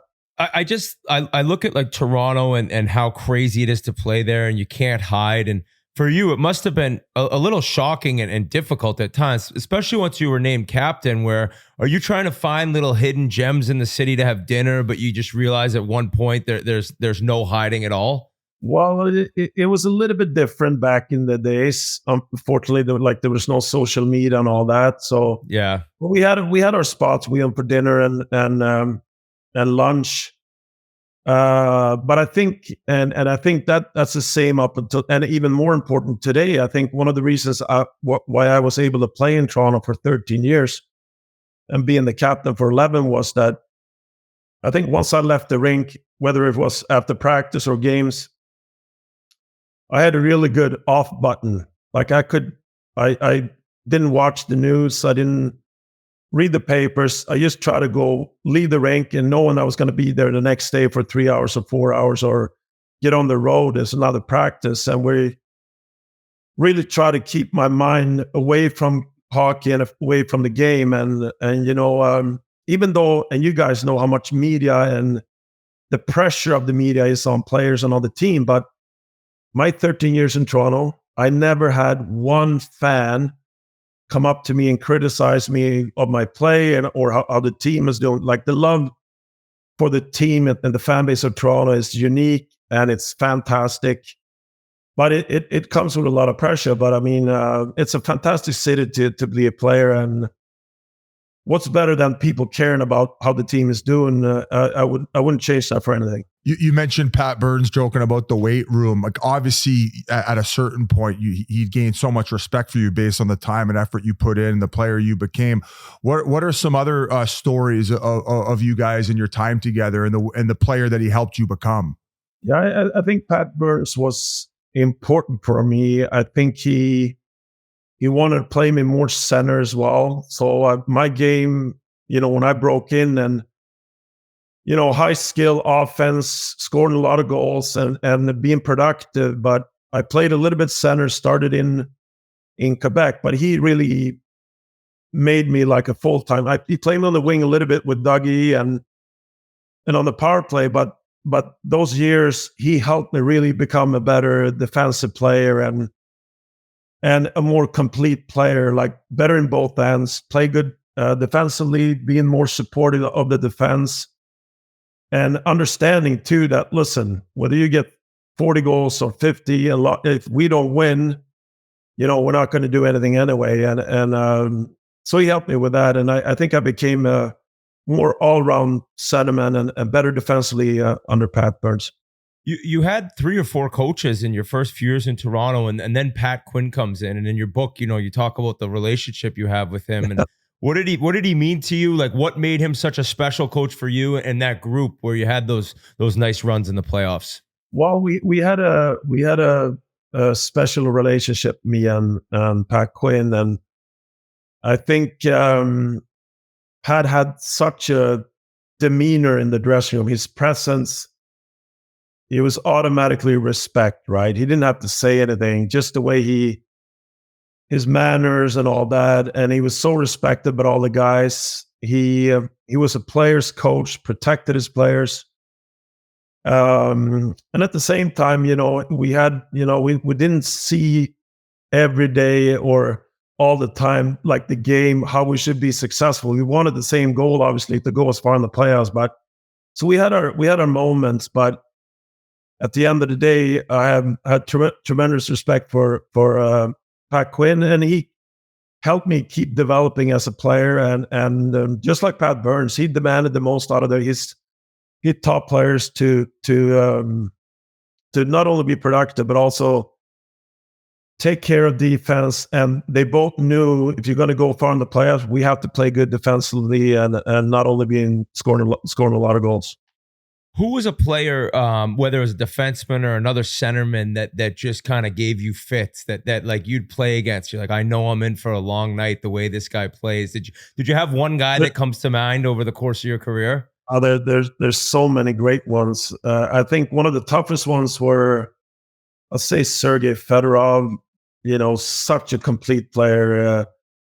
Almost he was a great offensive player, but he was almost better defensively, right? So he's one of the toughest ones, I think, that comes to mind. Unbelievably strong on the puck, great on faceoffs, read the ice perfectly in the going offense, but also on the defensive side. So I would say Sergei Fedorov is probably the toughest centerman to play against that I played. I mean, Lemieux, the Gretzky's obviously, but Fedorov was hard to play against. Obviously falling short on the Stanley Cup. I would imagine 2006 when you won the gold medal was probably your biggest achievement as a hockey player. Was that the pinnacle, would you say, of your career, bringing a gold medal back to Sweden? I think, it's the only time Team Sweden has won a tournament when all countries have their best players represented. So it never happened before. I think in '84, Sweden was in the finals, Canada Cup, and it hasn't happened since either. So, but I was 35 or just turned 36, I think, '06. And when you're at that age, it was kind of more of a relief almost. It was not the joy you would feel when you're 25 or so winning a Olympic gold or a big tournament. So it was a relief, and it was a perfect ending for my career in the national. For the national team. I didn't play in the national team anymore. And it was an unbelievable roster. If you look at that team and the players that were on there, Sedin twins and Forsberg and Zetterbergs and Lidström and Henrik Lundqvist was arguably, if not the best, he was a top 3 goal in the league at the time. So it was a great team. And, we missed out in Salt Lake City and in Nagano. So it was our last chance for me and Lidström as well to win a gold. I watched the highlights of that game this morning, and 2-2 going to the third, opening face-off. You snap it over to Forsberg. He comes in, gives it to you. You drop it to Lidström, maybe the 3 best Swedes ever to play. And it almost looked like it could have been a set play. Like, was it, or was it just you saw Lidström and I'm going to put it in his wheelhouse? That's just vision, baby. That's vision. No, you know what happened? Saku Koivu, who took the draw against, it was a 4-on-4. And Saku Koivu broke his stick when we took the draw. And I yelled, as soon as he saw that, he went to the bench to get a new stick. I yelled at Peter, and he told me that after. He said, "Mats, you yelled so fucking loud." He jumped he just flew down the wing. So we had a 4-on-3 there for a few seconds. So I knew Lidström was going to be open, and he came in, and obviously a perfect shot. So you're right. It was a magic moment, and they actually made a little documentary about just that goal over here in Sweden a couple of years ago, because it was special with Lidström scoring and me and Peter assisting. What was the celebration like? Did you have to go right back to the NHL teams, or were you guys able to go to Stockholm for a couple of nights? I think you guys painted Henrik Lundqvist gold, didn't you? After the game, he had the full body paint on in gold, celebrating with the medal. Yeah, but I think the final was on I think it was a Monday or so. I think we had a game in Toronto on Wednesday night, and Team Sweden said, City of Stockholm wants to come back. We can charter a plane, the next morning, on Monday morning, I think it was, and we flew back. Tuesday morning we flew back. It was like, they met us with it was a huge celebration. They met us with the Swedish Air Force. Are up beside our planes landing in Sweden. And there was, 40,000 people down in a big square in Stockholm. We had a party that night. And I remember talking to, I think it was John Ferguson Jr. was the GM at the time. And I called him that day, and he said, "Mats, we have a game tomorrow." I was like hoping he was going to say, "You don't have to play the game tomorrow." It's like, but I think you have to play, you don't have to play a lot, but we need you out there because we were fighting for a playoff spot. So next morning, flew back to Toronto, landed, around 11 or noon, jet-lagged, had a few drinks, too many, drunk, celebrating the gold. and then slept for, I think, 4 or 5 hours, and then got on the ice to play the game. That was a hard game. How were you? Probably had one and one. It was not pretty, but I think I had an assist in a 4-3 loss. Okay. All right. Well, since we're on the Swedish hockey topic, Björk Salming and your friendship with him and what he meant to Swedish hockey and really paving the way for Swedish players to come over to the NHL with the punishment that he took in those early days. I mean, you mentioned the fighting that was going on when you got over. It was probably times 2 when he started his career over with the Toronto Maple Leafs. Yeah, and Borje, guys, I mean, you guys know what an icon in Canada and in Toronto, but same in Sweden. And when I became the captain or traded first to Toronto, I was actually at Borje Salming's hockey school. It's in Kiruna. It's north of the Arctic Circle, in the very north of Sweden. And that's when I realized I became a Toronto Maple Leafs. I was able to sit with Borje. He could tell me everything, what it meant playing for the Toronto Maple Leafs. And then a few years later, being asked to be the captain for the Maple Leafs, I called Borje right away and I said, Borje, what do you think? Can I handle this? And he told me right away, he said, Mats, you have to accept. And I said, well, why is that? He said, it's the biggest honor you can have as a hockey player to be the captain for the Toronto Maple Leafs. And he also told me that he regretted not accepting it. He was asked at least once, I think, and he didn't want that, he said, extra pressure. He wasn't comfortable really with his English. And he said he regretted that the rest of his career. So it was an easy decision for me. And he became a mentor for me for my years in Toronto, and a good friend. He gave me tips where to go fishing in northern Sweden. And I still go there, same place 30 years later. We go there every summer. And just the way it ended for Borje with ALS and the whole deal is such a terrible thing for a great human being and even a better person off the ice than he was on the ice. Yeah, he kind of just proved how tough like Swedish players are, right? Like he took a beating, and then he was hard to play against himself too, where I think there was a rep like, oh, you can get on these guys. It was like, not this guy. And now every Swedish player is so difficult to play against. I imagine his kind of memory and how he went about things is how a lot of Swedish kids and players your age looked at the game. Oh, for sure. And he, I think he gave, just like you said, I'm sure a lot of general managers and teams in the NHL were like, Swedish players, can they really play this different style of hockey? And you're right. I mean, Borje came over there, tough as nails, and the stuff that he went through during his career gave the rest of us an opportunity to come over there and play. He really paved the way for all of us. So when you became captain, and after talking to him and realizing the honor it was, like, what about you changed within the locker room? Like, obviously you're talking to the media way more, which can be kind of exhausting at times, but were you more vocal in the room, or did you just kind of keep doing the same thing you'd been doing and try to just be as responsible on the ice as you ever have been? I think when I reflect to all the, great leaders that I've seen, played against, Joe Sakic, Scott Niedermayer, Wendell Clark, Doug Gilmour, Nicholas Lidström was the first Swedish captain to win a Stanley Cup as a captain. And all of them, and I think, being around Sakic and Doug as well, I was the same way. They all lead by example. I think it's the only way to influence other people. You know how they say about kids don't do what the adults say, they do what they do. And I think it's the same with us. In a dressing room, if you watch your captain or your best player or your highest player, the work ethic, if it's there, the hardest working guy, you're first in the gym, you stay on the ice, take more shots. How do you treat other people in the room? Like, not only players, trainers, the lady or the man down in the garage where you park your car.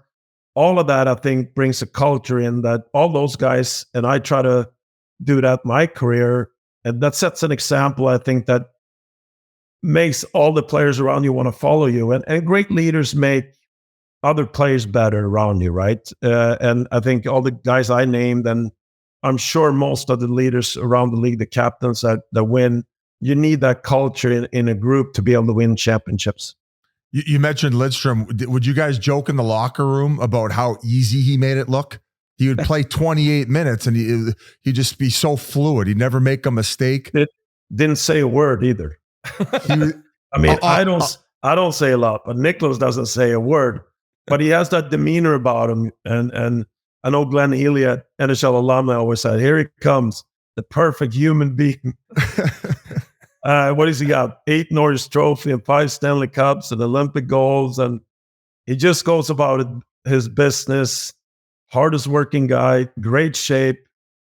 You guys don't know that, but Nicholas Lidstrom didn't really get the respect he deserved until he won that gold in 2006 for Team Sweden. He was always in the playoffs over in the National Hockey League, so he never got to play in the World Championships or any other tournaments, right? And I was very glad for him that when he scored that winning goal and he finally got the respect he deserves in Sweden as well. This run in Toronto was incredible, and it was so long. But at one point, it became obvious, or not obvious, but you moved on to Vancouver. And I just want to kind of hear your opinion on how it all went down, how difficult it was to leave. Like, it was just crazy. All of a sudden, Matt Sundin's on the West Coast in a Canucks uniform. Like, how hard was that for you, even at the beginning, once you signed the deal? Well, the hardest was the last 3 months of that year with Toronto, I think. I mean, I understand, and reflecting back on it, it's all business. You guys know that too. But it was really hard because I had a really good year. And I remember Cliff Fletcher came up to me when he came on again as a GM, and he wanted to have a meeting with me in Carolina. And I said, sure. And I knew right away, there's something going on. And I had my no trade clause, and he said, Mats, what do you think about going somewhere else to try to win a championship? And I said, well, and at the time we're, I don't know, 2, 3, 4 points out of the playoffs. There's 20 games left of the season. So I said, well, Cliff, we still have a chance to get in the playoffs here. I don't want to go now. I want to stay here and play. Well, but don't you want to win a championship? I said, well, I do, but I want to win in Toronto. I've been there so long. This is where I want to win a championship. So, and then with the whole, in Toronto, obviously it broke to the media, and it was a media circus there. But there's no wrong or fault there. But it was hard those last few months. And once the season was over, I thought I was done playing. JP Barry called me because I was unrestricted free agent 1st of July. He called me and said, Mats, I think we have he said, we have a monster offer here from Vancouver. And I told him, JP, you know what? I don't think I'm going to play anymore. And he goes, did you hear what I said? Are you crazy? And he just hung up the phone on me. But it was hard. The last 2-3 months, it was hard. But it's business at the time. It's all business at the end of the day too, and I understand that part. Matt, one of the things that you go into in the book is that during some of the critical moments during your Leafs tenure, when you guys were deep on these playoff runs, is you were dealing with a lot of injury and having to play through that. Like, what were the ones in particular that stuck out?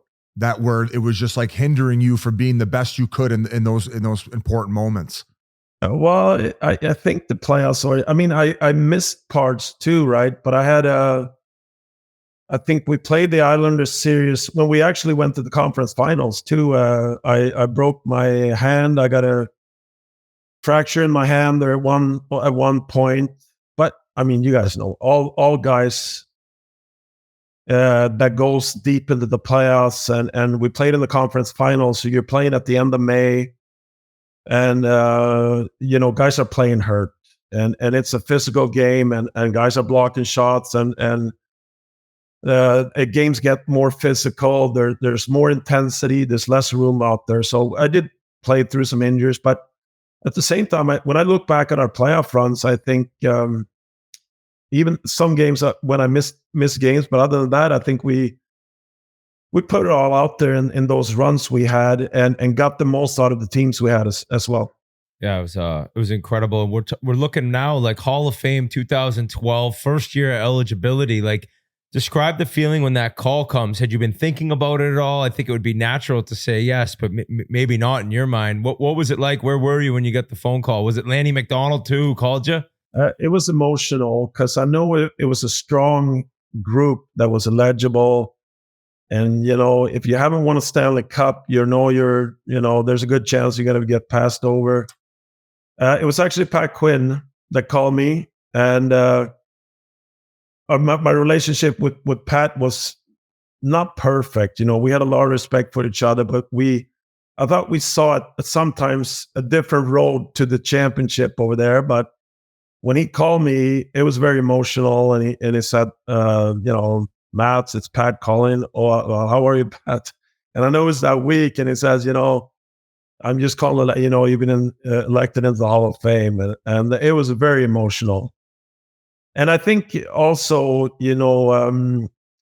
after a long career, you go through so much hardship, and you lose so many games, and you haven't reached the finals or winning the cup. To get that call was very nice. Just to be recognized in that way was very special, and being Pat Quinn calling too was special.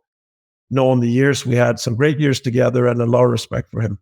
The coolest part of that, for me at least, is that he was the guy that at 17 told you, hey, I think you're going to be a superstar in the NHL. And he's calling you 20 years Unreal. later. Yeah. That's amazing. Yeah. And it was pretty cool and pretty special.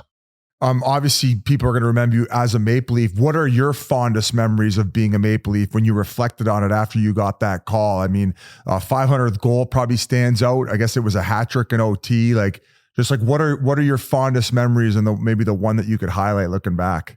I mean, if I close my eyes, I can still see myself driving down, early May, going on the rink, 50-minute drive, coming down Avenue Road there, or University, and coming into, Bay Street, all the business people with their suits on, Maple Leaf jersey on top, game day in the playoffs. I mean, that gets my hair stand up still, just how the city got into the team and supported the team in the playoffs. And first win in the playoffs, all up Yonge Street, thousands and thousands of people. And you're like, hey, we got to win 15 more. but just gotta love their excitement though, eh? I mean, that's what I'm saying. If you don't, so that's what I'm saying. We got everything out of the teams we have. We didn't reach all the way, but I think if you look at the Maple Leafs today, and once you get into the playoffs and you start to feel that support of the fans, it's nothing beats that. It's almost worth all the traffic. Is that? Yeah, were you overwhelmed by the traffic there? Were you like, what the fuck is going on here? The cars aren't even moving on the road. Wow. It was a lot of traffic when I played in 08. But today, I was over there a few weeks ago, and it's crazy how fast the city is growing and the traffic. Yeah. Did you have a favorite road city, whether it was just playing there or a city that you always seemed to light it up when you were in that building? Was there a city that comes to mind? I always thought it was special to play in New York. Yeah. MSG, Broadway, and all the big stars coming into the rink. You can see Muhammad Ali and Bono and Elvis Presley on the wall there on the pictures. And you come up to the ramp going up to the rink, and there's elephants. They had a circus there in the during the day before the game on a weekend, and they just took all the plywood off the ice, and the ice was terrible. But I thought that was a special arena to play with, and the games against Montreal. I think those two, they stand out as the most fun. Our buddy Matt Murley, he lives in Sundsvall actually half the year. He played in Sweden and married a girl from Sweden. He said we had to ask you about the horse you own. Apparently it's one of the best in Sweden right now. Like, when did you get into that whole game? I thought you were going to get into it when we asked you about what you got going on post-career. You're into the horses. Sorry. Yeah. So I do. And I've been into the standardbreds since I played. I probably own the horses, not many, but we own 3 now. It's me and a couple of friends. Actually, Ulf Dahlin, also former NHL players, in on this horse. But I would say he's right now top 5 standardbreds in Europe. Wow. And he has a good. He's 6 years old, and in Europe they compete when they're a little bit older than in the U.S. Hamiltonian is the big one in the U.S. But so Is that only the jumping? time. Is it the jumping or is it the running? No, trotters. Do you know what that means? No, it sounds cool. though. Standardbred, there's. Is it what Jokic's doing, where he's sitting down on that thing and he's got his horses No, going? the sitting. There's a driver. There's a driver behind in a.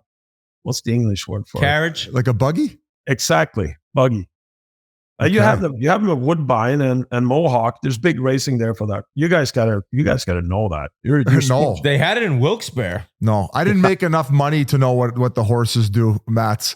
Well, Biz's favorite road city was Vegas. They didn't even have a team when he was in the league. I was more of a penny slots guy than horses, buddy. I used to throw the diaper on just so I wouldn't lose my spot. Mats, one other guy going back to the Olympic team I was going to ask you about, because you said Lidstrom was very quiet. What was Forsberg a little bit more yappy in the room? Like, what was his demeanor? Because so many of even our young fans are just obsessed with him. They watch the old highlights of him reverse hitting guys and trucking guys. I feel like he was like reinvented the position almost.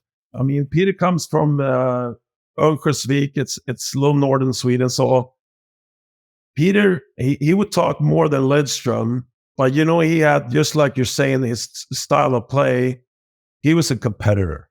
Like, not a big guy, but you're right. Like, he was competing on the ice, and same thing. He led by example. He wanted to be the best player out there, and he didn't mind going into traffic, and he was crushing guys.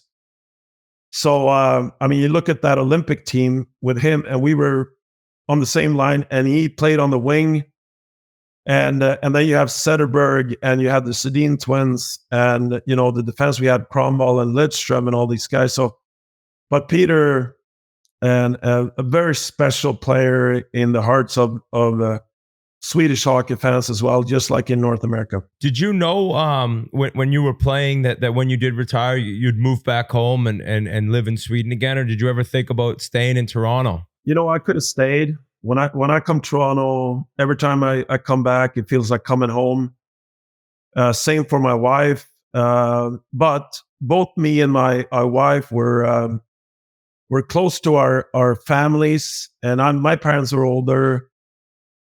My wife's parents the same way. So it was still, we figured out anyway that we're gonna move back because we want to be closer to our families at the time. But both of us could have lived in Canada. Every time I come back, it feels like home.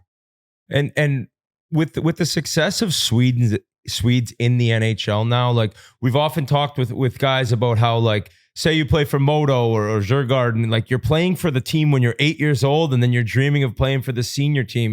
Is that the main reason that this country is producing so many incredible NHL players with not that big of a population? Well, I think, when I was drafted and when I was a kid, it was completely different. I think if you would come over here now and watch minor hockey in Sweden, and it's only, I think we have 80,000 registered hockey players in the whole country. The country is about 11 million, smaller than Ontario. But we do have a good program, still development programs. But the kids are growing up today in Sweden. They're watching the National Hockey League. They watch the McDavids. They watch Austin Matthews. They watch the Swedish stars. But now they dream about coming to the National Hockey League more than going to the national team and playing in the Swedish league. So I would say it's very similar. With the internet and everything, kids in Canada and in the US and anywhere in the world, they're all dreaming about playing in the National Hockey League. Matt, so obviously, thank you for your time. The last few questions I had, you mentioned Austin Matthews, was more about the current state of the Leafs. Like, how much are you paying attention? And I noticed that you were in Toronto at the beginning of the season, or even before it started, excuse me. Did you have a chance to maybe bond with Austin and pass on some of those, like some of that mentorship that you got to experience? You know, it was nice. Brad Treliving invited me to training camp. I was there with the team for, I think, 5 days or 6 days, and got to travel with the team to an exhibition game against Montreal and watch them at home against Canadians. And it was really nice to get close to the group and get to hang a little bit with Craig Berube. Very impressed with, management, the coaching staff now, and the group of players they have there. And it's a very special group, and it goes right from goaltending with all three guys, even the Swedish kid. I love that you said that. The Hildebeest. I love that I've been grilling this guy on this podcast that's coming out. We got 3 goalies in the pipeline now. You got 3 Patrick Waz. So the goaltending, defense, the forward group, and with Tavares and Nylander and Marner and Austin, obviously you could tell, and just by being around the team, that he's a natural leader, great person off the ice, and the stuff he does on the ice, not only scoring goals, but the way he plays in both ends of the ice. So I'm really looking forward to follow the Maple Leafs this year. I think it's going to be very exciting for Maple Leaf fans. Well, you pretty much just answered everything I was going to ask about the Toronto Maple Leafs. Great assessment. The fact that you mentioned all 3 goalies, Matt's like, did G tell you that before the interview started? That's cool. You just knew. No, we're sharing a brain. It was fun, and just the size of the team too. You look at the roster, and it goes right from goaltending to defense and forwards. And I don't know what you guys feel watching the game now, but it looks like the game is more physical now again the last couple of years, and how teams win the championship. And so I think very excited to watch the Leafs play this year. Yeah, copycat league. And you saw like Florida on defense. You saw what Boston did in the offseason. I thought they did a good job in matching that with Oliver, who's developed a bit of a mean streak, a former or a current Swede, obviously. And then Chris Tanev, just like the defensive abilities that he has. So appreciate your comments on my Leafs and giving me a little bit of extra hope, Mats. One other thing we had to mention was Glenn Healy. You played with him. He's running the NHL Alumni Association. It's 25 years. Was he as chatty in the locker room as he is when he comes on our podcast? In all honesty, Glenn was great when he was with us, because he kept the room loose. And, him and Ty always got into it about, japping away, but he kept. And in a place like Toronto, you need that. You need to have a loose room. There's so much pressure from the outside, and not only on your own performance, but from everything around. So you want to have a loose room. But I keep reminding Glenn Healy, actually, that I scored 1 hat trick at MSG in New York, and that he was in net for that. And he claims it's not true, but I'm going to bring out the tape. Well, he's doing a hell of a job now with the alumni. He does. 25 years. He's done a fantastic job. It's great to see. Well, we appreciate this so much. It's been an honor to talk to you, and what a career you had. Congratulations on all your success, and thanks for coming on the show. Congrats on the book too. Thanks for having me, guys. Guys, before we go any further, I got to talk to you about Sport Clips. We all know how intimidating it could be to get your hair cut, knowing what to ask for, wondering if your stylist will be able to deliver a great haircut. But there's good news. Sport Clip stylists have been specially trained in the nuances, yes, the nuances of men's hair, taking the worry out of getting your hair cut. So whether you're looking to get a tight fade, a slick back mullet like Trevor Zegras showing up to Anaheim training camp, I'm sure Verbeek was pleased about that one, or you're just thinking about looking like getting the Patrick Mahomes, the better quarterback cut. Sport Clip stylists are here to do whatever you need to feel confident. Nothing, and I mean nothing, says confidence like a great haircut. And nobody does great haircuts like Sport Clips.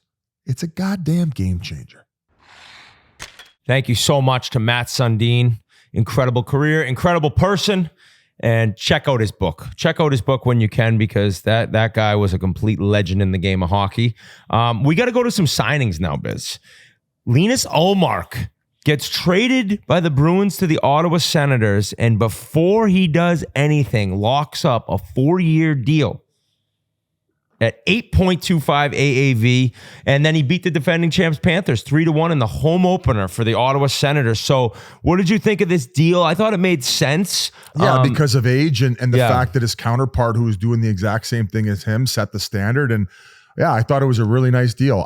I was shocked they didn't at least see how he was in Ottawa. That's why I think he was like, give me this deal right now. Oh, yeah. A great job by the agent to pounce on it. Maybe after Swayman signed it, he said, hey, this is a number and we don't necessarily want a crazy term. Because I want to say, going back to the deal he signed in Buffalo, that was a 4-year deal as well. So the 4-year deals have treated him well, and that's a hell of an AAV, and good for him. Well-deserved, well-earned, a Vezina winner, and that's the standard. I sensed so much excitement from the Senators fans about him, right? Like I've seen tweets of him walking out on the ice, just how gigantic he is. And the fact that goaltending's been such an issue for them, that they have a Vezina winner, and then in the home opener, he plays that well and they beat Florida. It was like, it's just for a fan base and a team that we have kind of shit on a little bit, like good for them to have some excitement and to have, now granted, Montreal took them down in the second game of the year. Montreal looks awesome. Yeah, Cole Caulfield's got 4 goals already, but Linus Ullmark with a nice deal. And that's pretty cool for the Senators to know that he's locked up, because you trade for a guy 1 year, it's like, what are we going to do here? Boom, they now have their goal. And I'll go back to last season. I want to say it was a crazy amount, like 17 times Ottawa allowed a goal on the first shot of the game. So they were probably just happy to get that first save. Yeah. That's all they really wanted. The place went nuts. One other thing that happened in that game, though, that they won at home was a Barkov injury. Yeah. Which, I mean, if it's Barkov, we got to talk about him, guys. We should be telling you what he had for pregame meal. That's how good of a fucking player he is. He breaks his twig when they have the net pulled for that extra attacker, and then he's on the back check to prevent the goal against, and he goes into the boards, and I don't know. They said it's not a break. Sometimes sprains can be worse. Yeah. So they haven't exactly said what it is, but they said at least a couple weeks. So we hope that guy who is one of the best two-way centers in the game right now, if not the best two-way center, gets back soon, because that's a big loss along with Tkachuk to that Florida Panther team right now. And once he saw it was Stutzel, that's when you should just be like, all right, you got it, because that kid flies. Oh, but Barkov, seeing him go off with no weight, it's kind of panic time. And then Tkachuk missed the game against the Sabres. He was sick, so they lost again. So kind of a tough go there. But hopefully Barkov's only out, I don't know, maybe a month. That would be ideal the way it looked. Another goaltending signing, the Kraken have signed Joey Decord to a 5-year, $25 million extension. Probably one of the cooler stories that I've seen for a guy. After we interviewed, I gained so much respect for him and the way he's gone about his career. He was so personable, so easy to talk to, was at Arizona State, grinded it out in the minors, and then boom. It was all kind of after that outdoor game that you were at, where he played unbelievable, got the shutout, and now he gets some lifetime security money-wise. And, I bet you talked to him 4 years ago, 5 years ago, he didn't even know if he'd be still playing hockey. I think the belief he has in himself and how he goes about things, like I'm probably talking out of my ass, but like there's just no way to know at his position, like if you have any security or any future in the NHL, and then he gets $25 million. So happy for him and that story. I think to gain a better understanding, you'd have to go back and listen to the interview, but just seemed like so grateful for the position that he was in despite all the adversity that he'd faced, and an incredible run. And as you said, man, security for him and his family for life. And the other signing too is another heartwarming story. Awesome. And a crazy bargain for the Florida Panthers. 8 years, $7 million. Carter Verhaeghe, no state tax. Keep the goddamn change. And it was cool because he'd been chatting for a while with his agent, and he's more like, just let me know when you need to let me know. And he gets word from his agent the morning of their home opener when they're raising the banner. Hey, like we're good to go. You're good to sign this. What a 48 hours. Get your rings. Crazy. Home opener. You guys win that. The banner goes up. You get to reflect on winning, and then boom.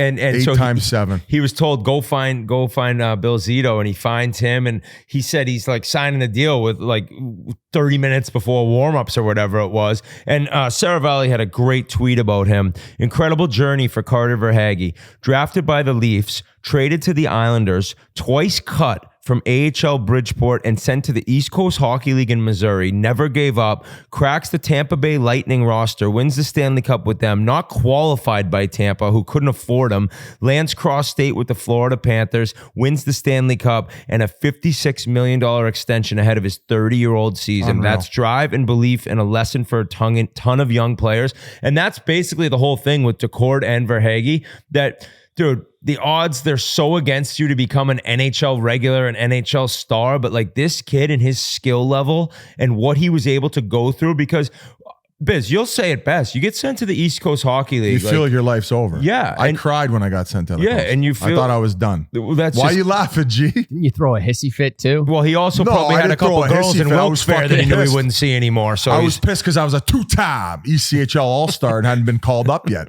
So that's when you went to Western for the week, right? Yes, we don't need to get into the frost week at Western. He partied for a week at Western. I took out my resentment for the organization. Put it this way, and that's why Biz was out of hockey, whatever, 5 years later, and Carter Verhaeghe's a Stanley Cup champ with $56 million. He didn't go to Western to party when he was sent to the coast. But it's just cool because he knew his skill, and he knew he just needed a shot. And I understand, like Tampa, they were so good, they were so deep at the time, but he got his shot with Florida. And that probably had a lot to do with him not even wanting at all to test free agency. Granted, they just won the Cup, and he's so close with everyone, but they gave him a shot and they gave him his chance to become a goal-scoring top 2 line player. And this guy is so clutch. Carter Verhaeghe, if that's your nickname after like Stanley Cup run and playoff success, he's slippery, clutch, dude. Unreal shot. That goal he scored against the Bruins in Game 7 to break the Granelli dreams of a Stanley Cup after their regular season champions banner, the Rangers ended up stealing from them, was so sick. It's just like he's been so money since he got to Florida. And yeah, I mean, I think it's definitely a bargain, but it also is a great deal for him too. Like, I mean, what else is he looking for? He's 30 years old. Well, hey, go make another $500,000 a year, but you're not going to do it in Florida on an unbelievable team where you're going to keep winning with a great core group where he fits in. Like, don't overthink this thing, and he didn't. And I guess it's just a good example, like you said, to the younger kids, where it's like your journey doesn't stop if you do get to the coast. Yeah, it's going to be a hell of a lot harder, but if you're good enough, you'll find a way. That's the thing. If you're good enough, they will find you.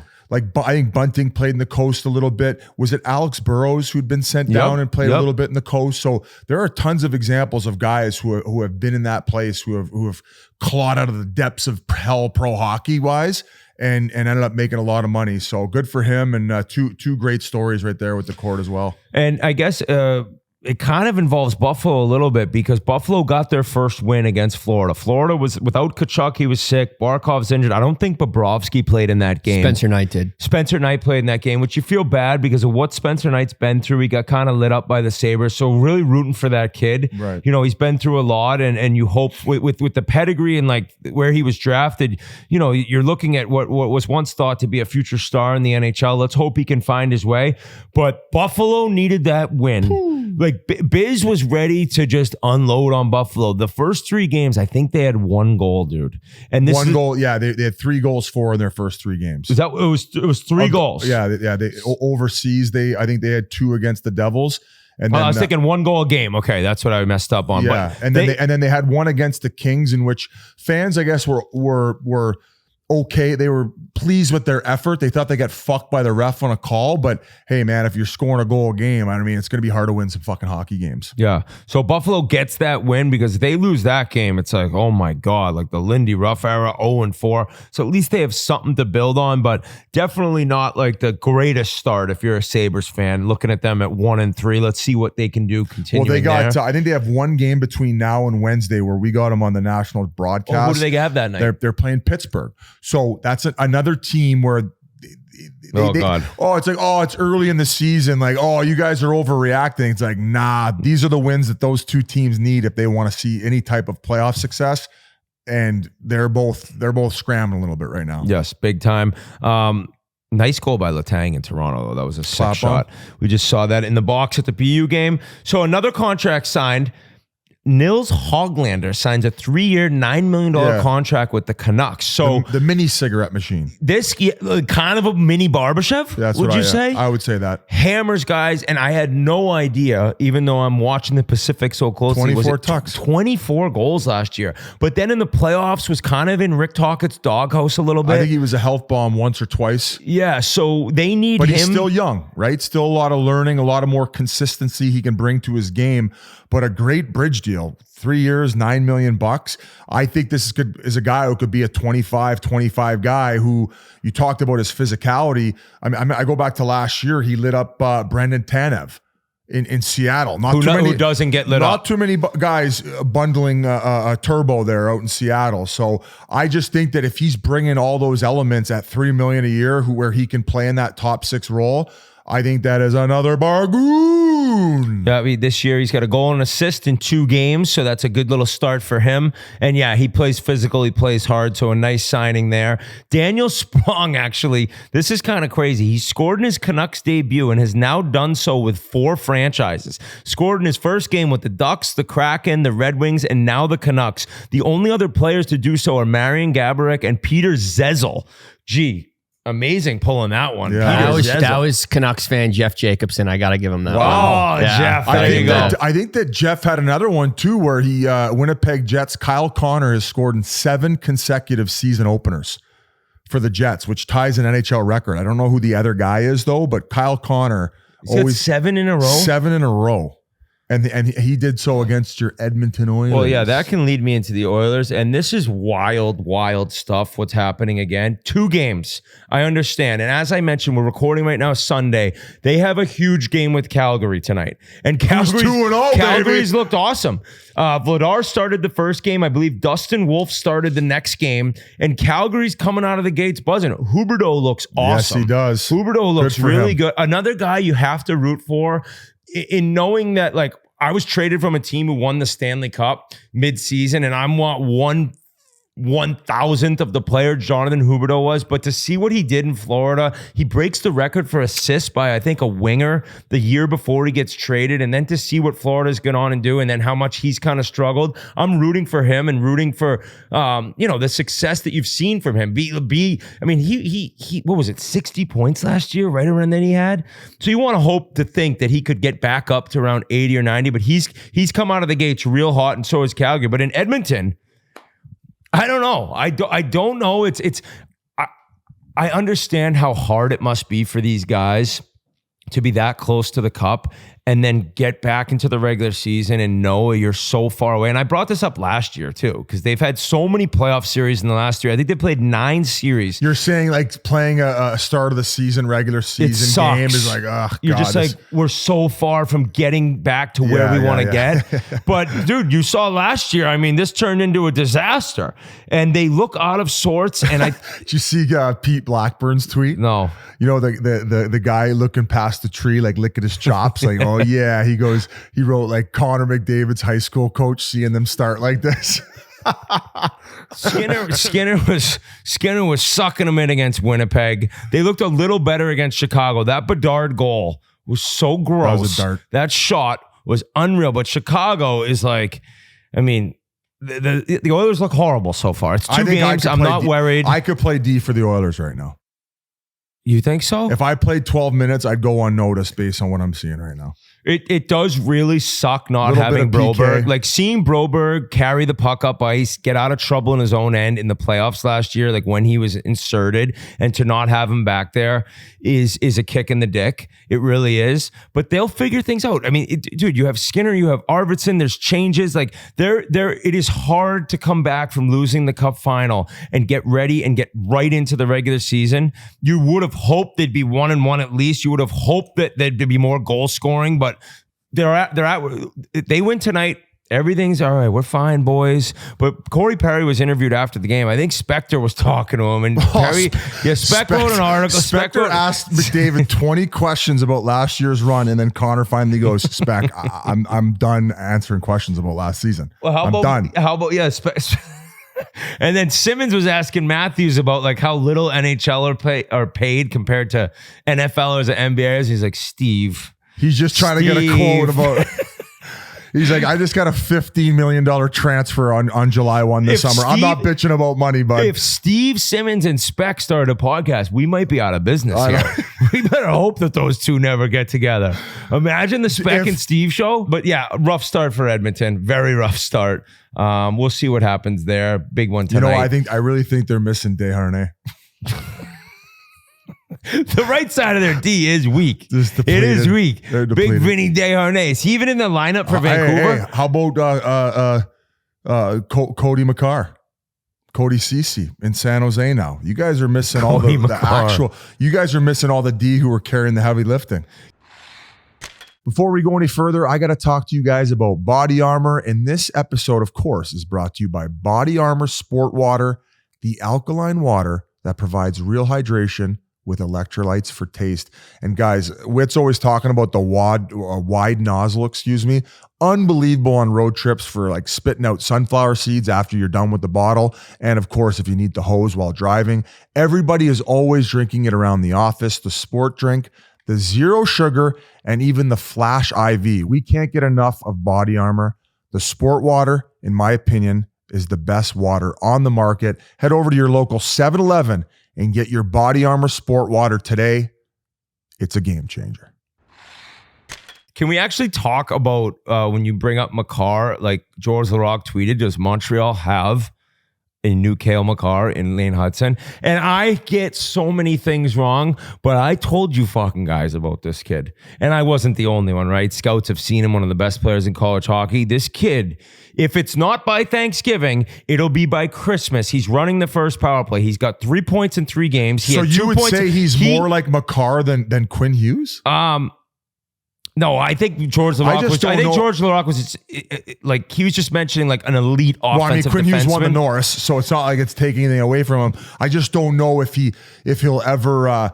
I wasn't comparing him to Cale Makar. I like his skating cadence, but like Cale Makar's is at a different level, kind of like when Bobby Orr stepped in, like that good. And the way that he's able to close on defenders and even sometimes play somewhat of a physical game, I just think that Makar is in a league of his own. I like the comparison to Quinn Hughes more. No, I'm just talking about my Calder Trophy bet at, what was he, 8-1 or 7-1? Like, and what I was going to say was Matheson had around 70 points last year, maybe 60 points. Like, he can skate. He's a nice NHL player. Lane Hudson will be running that power play by Thanksgiving. If it's not by Thanksgiving, it'll be Christmas, because you watch this guy, every shift he's out there, he might be a top 15 talent one-on-one in the NHL already.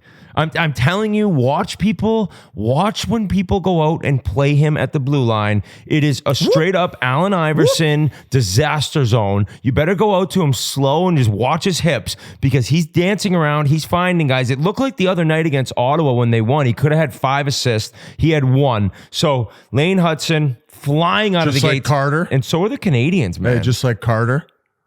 Who? Hudson. Hey, my brother Carter Hudson. Oh, you mean Cole? Yeah, Biss. Attaboy. Attaboy.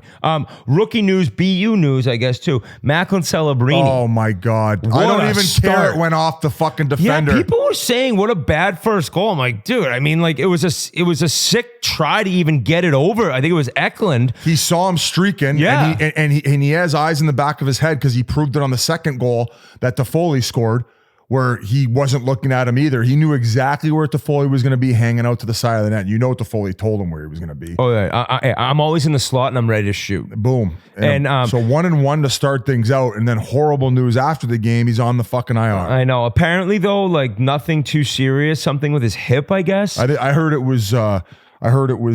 His spleen from drinking too much with Jumbo Joe celebrating that first game. No, Jumbo had him in the hot tub for like 4 hours. Like, Joe, I got to go to sleep. He's like, nah, bud. Depleted electrolytes. He fell asleep in the hot tub. Talking hockey with the boys. Yeah. But he became the first #1 overall pick to have a multiple point debut game since Matthews in 2016, when he had 4 goals. And him and Will Smith's helmets were taken out of their Very cool stalls, so they had to do the no helmet rookie lap. But if you saw the picture of Will Smith's hair in that rookie lap, I mean, maybe one of the best looking players in the league. Sometimes you got to shout guys out. His Yeah, they had hair to was delay the game, flood warnings. And I imagine, I saw the first game he played about 13 minutes with Celebrini out. Maybe he gets to play a little bit more. Sharks, they got shut out by the Ducks in the Ducks' first game of the year, 2-0 on Saturday night. But just seeing Celebrini in the first period, to have 2 points in the first period of your first NHL game as an 18-year-old, like, you're like, holy shit, sky's the limit. I can't wait to watch this kid play. So shitty news to see him on the IR, but let's hope it's just quick. And sometimes, though, doing that rookie lap by yourself, you feel a little bit awkward. It's just You need your boy to do but it. the fact that he got to do it with his boy and the future of the team and just going out there with that. They were dishing one-timers to each other. Merles and Army had a big problem with that. They said they said it's too played out now, and they said What's too played out? Oh, The rookie lap? They said the rookie lap's too played out. Come on. Merle said there used to be no pucks for the rookie lap, so it was really awkward. He said now it's like they're dishing each other one-timers. Well, that's why Whit mentioned like the fact they were sliding over one-timers to one another. I thought that was cool. Yeah, so And they they were were doing good-looking young kids in the National League ripping one-timers, top cheese with no helmet on in warm-ups. Army's so WHL, it'd be like, no more rookie laps, just haze them. Yeah. Just bring back hazing. Make them drink out of the toilet first. Just kidding. That's a Army bit of would a never. boomer take by them. Yeah, that's That is. boomerish. That's Game Notes boomerish. coming in Game hot Notes to is start the boomer year. central. Merle's is like Wait, 53. He just looks 30. What did the group chat think of it? Was the group chat on their side about the rookie lap? Or were Kind they of. getting booed? No, kind of. You know Oh, how that's because the fucking the group chat loves them. Oh, they just Yeah. anything they say. It's Yeah. like a cult Yeah. at this point. Oh yeah. Singsy exactly. leads the cult too.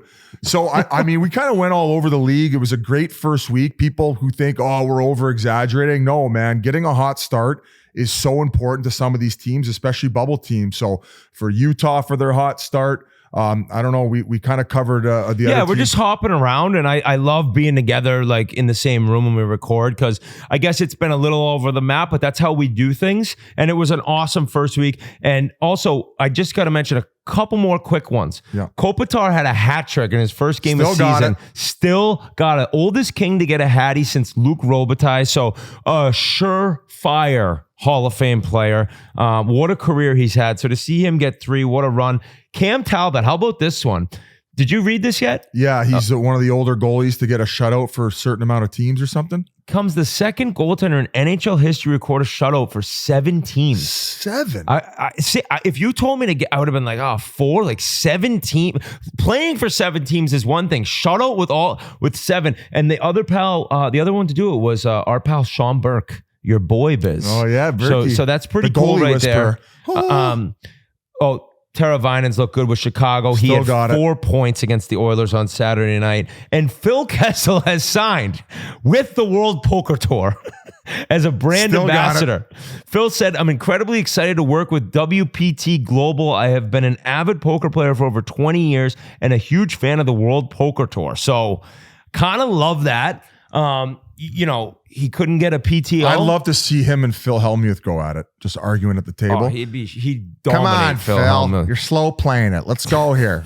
Clock. Hurry the fuck up, Come on. Phil. Come on, Phil. What are you Phil, doing? Phil on Phil crime. And I'll say this, Grinelli had a little thing here. I'm not freaking out yet, but blank is in trouble. They're 2-1, but the games I've watched, the Bruins look slow and average, and I don't know. Now, Swayman didn't have training camp, and they're 2-1, like I said, but kind of an awkward, weird start to the Bruins season. Crazy. Bad take. Lindholm's. Coming from the guy who last night told me they look slow as shit. No, yeah, I think there's a lot to be happy about though with the Boston Bruins. What? Elias Lindholm Lindholm looks good. He looks great. Lindholm looks very good. Matt Poitras, his first game in 8 months, he looked incredible. Was he just scratched in the first game? He was hurt day to day. Okay. Zadorov's look great. The defense looks awesome. Swayman's back. Zadorov definitely looks engaged. What I will say is little bit of an older team, or at least their better players are. Pasta maybe hasn't looked that great, but good players, they still make an impact when they're not looking their best. He ends up getting the OT winner against LA. Marchand doesn't look like coming himself. off 3 injuries, guys. Like it's going to take him 15, 20 games to get his feet back underneath him. And yeah, I mean, that's a bigger back end. I think from a structure standpoint, sometimes early in the season, first 10, 15 games, all these young guys are flying around, where it takes the older guys a little bit of time to not only get in shape and catch up, but I think that the Bruins are going to be just fine. I'm way more concerned about the Islanders. not only for how slow they look. Noah Dobson defensively is looking shaky. People might say, well, if you have watched him the last couple of years, even though he's getting 80 points, he's still shaky defensively. But just that the mental state of giving up these third period leads and sitting back and hanging back on them. I picked them to make playoffs. I thought we were going to have a way more mentally strong Islanders. And after the first 2 games, I'm regretting my pick. Am I hitting the panic button early? Probably. Let's see what they got moving forward. So as far as the panic button and who I would be worried for, that's probably the number 1 team that sticks out to me. Okay. All right. And of course, Buffalo Sabres, obviously that win against Florida was a must win and it was huge. You did so, no Barkov, no Tkachuk, and a backup goalie.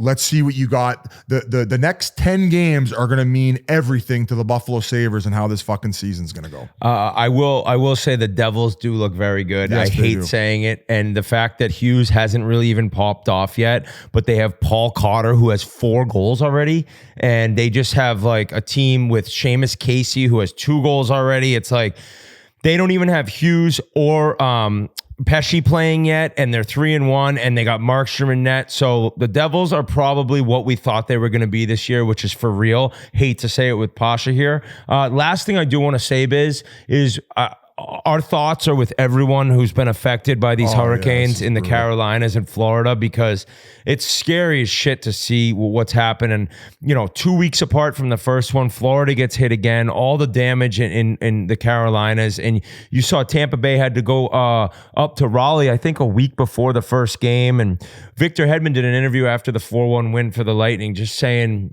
they're just trying to bring some joy to the city and how scary it is for all those people. So for anyone who's been affected. Not only that, Whit, ownership for the Lightning, they flew up all the staff, all the family members, cats and dogs up to Carolina. So very classy of them to get everybody out of there. And as you said, it's devastating what's going on.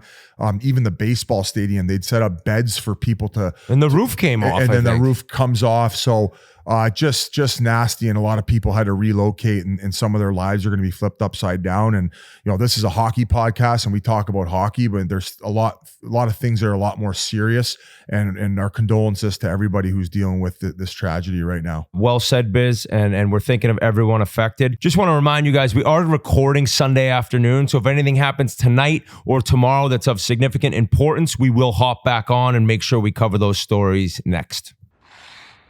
What's up, gang? Before we go any further, I got to talk to you about Labatt Blue and Labatt Blue Light. I will be heading for an event actually for them mid-November. Can't wait to get to Buffalo. Hopefully by then they've turned things around. And guys, we all know lots of things are better together. Hockey, food, golf, sandbagger specifically with Labatt Blue Light. I know that the one we did with Tuukka Rask and Andrew Raycroft, yes, we got the goalie tandem. They're going to be joining us. I think they might have had a baker's dozen there, Bob. Let's just put it that way. They were crushing these things. They were enjoying it. And I actually didn't know Tuukka was that spicy. I don't know if it's because he had a few too many Labatt Blue Lights, but in a good way, he was chirping.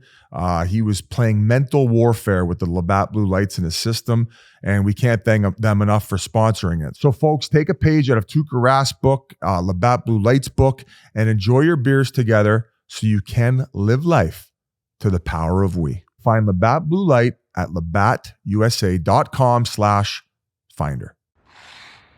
Well, it's now Monday and a lot of stuff happened. We said we might hop back on if there was some news breaking or newsworthy stories, and nothing that crazy, but besides my Edmonton Oilers looking like a goddamn disaster.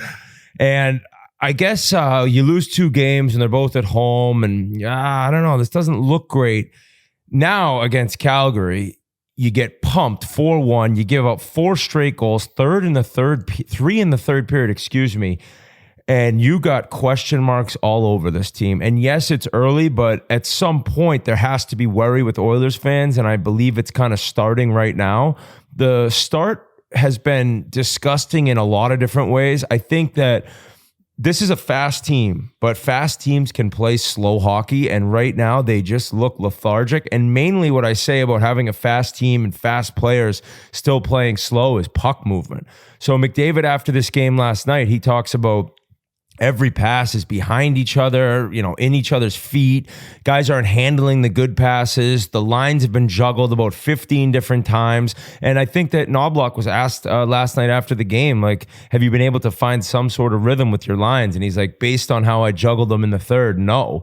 Arvidsson hasn't looked great. He had a brutal offside, just like kind of a lazy offside that negated a goal for the Oilers. They also had a brutal goalie interference call. We'll go into that in a little bit, but I don't know, Biz, do you see the worry that I have, or do you think it's like it's so early? I mean, Philly comes to town now. They're going to play hard, a team coached by Torts.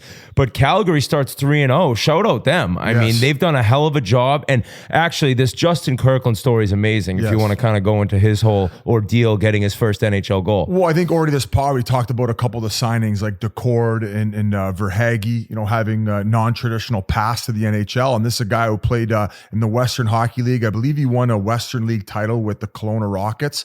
I think he played as an overager and bounced around the coast a while in the American Hockey League. Drafted 10 years ago. 10 years ago and has played 8 years in the minors and finally has gotten his opportunity. Now, he'd played a couple games prior. This was his 11th. The third game for the Flames was his 11th career game. And he finally scores his first NHL goal. So he was an awesome story coming out of camp. And then obviously has continued it into the regular season. And the pursuit, man, never giving up. And these are the types of stories that give those guys who are now playing in the coast a little bit of hope. So a great start for a team that, we consider to be probably a lottery team coming into this season. So to add on to the story, he also missed some time with a severe head injury. He had a head trauma from a car accident. So there you go. I mean, just an incredible story for him and definitely a bright spot for the Calgary Flames. And you mentioned Huberdeau earlier. Obviously not the type of production we're used to seeing from him last year, but a great start for him nonetheless. And going back to your Oilers, like I don't want to hit the panic button just yet for them, but I would say this, I would bet my life that the Toronto Maple Leafs go farther than the Edmonton Oilers. I don't think there's a chance that Edmonton goes back. How much you want to bet?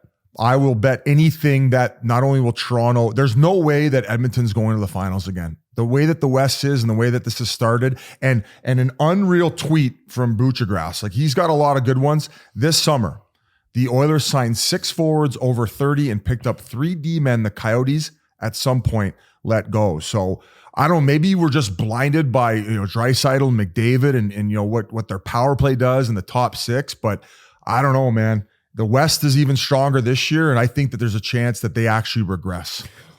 I think in the last 3 years, the Oilers have played more playoff series than the Leafs last 30. Sounds like they're going to be burnt out. I'm not too worried about this bet that we'll make, and I guess we can make it official. Whatever you want, I'm down to do. Right now, their best players are their worst players, and that's kind of like when you have guys making this much money that are this good, you need them to get going, which they will. Yes, Skinner's over 30, Arvids is over 30, but they'll figure it out. It's just going to take time. Now, the problem is usually preseason, you don't worry too much. They weren't great in preseason, and now it's leaked in. So there's something going on there, but I've talked to people like professionals that I trust that, watch them in preseason, and they're like, their back end's not very good. No, they're not. And I know that everyone's kind of waiting until closer to the deadline where they'll get help on the right side, but it's hard to just sit there and wait until they make a trade to help out their decor, right? Like we talked about, how much you miss certain guys, and obviously right now you're seeing Broberg and the way he skates, and you miss him. But like you look at Rasmus Andersson, who could end up being an enormous pickup for somebody. I think he had a goal and 2 assists last night, Sunday night, for the Flames. One of them, he just kind of walks by McDavid like a little stick check, turns the wrong way. So it's the leaders right now and the best players in the league that aren't playing, up to par. So I think that this Philly game is going to be north. There needs to be desperation. That's what Knobloch said. I don't see any desperation. So it's ugly, but really cool story for Calgary, because when everyone counts you out, it's a lot easier, I think, to go in similar to how Philly did it last year, where they are in the playoff hunt till the last 10, 15 games. Who knows? I don't really see that out of Calgary in the West, but we've been surprised many times before. No excuses, play like a champion. You wanted to talk about about some of the disallowed goals, and that kind of leaks into that Battle of Alberta. I thought the Corey Perry one of the first 3 this season, you mentioned a Rempe one and then one other one that in the Bruins game. Real head scratchers. I think a lot of fans online voicing their frustration where it's like, hey, are we going backwards here? Like, why is this rule seem to be more complicated than ever? Even going back to even Brett Hall scoring while being in the crease. Now, the one with Corey Perry, if you see the overhead, there is initial contact, but there's a clear amount of time where Vladar is able to get back up. I think the argument in what the refs and the league are saying is Corey Perry ends up having about half of his skate blade in the crease if you look at the overhead.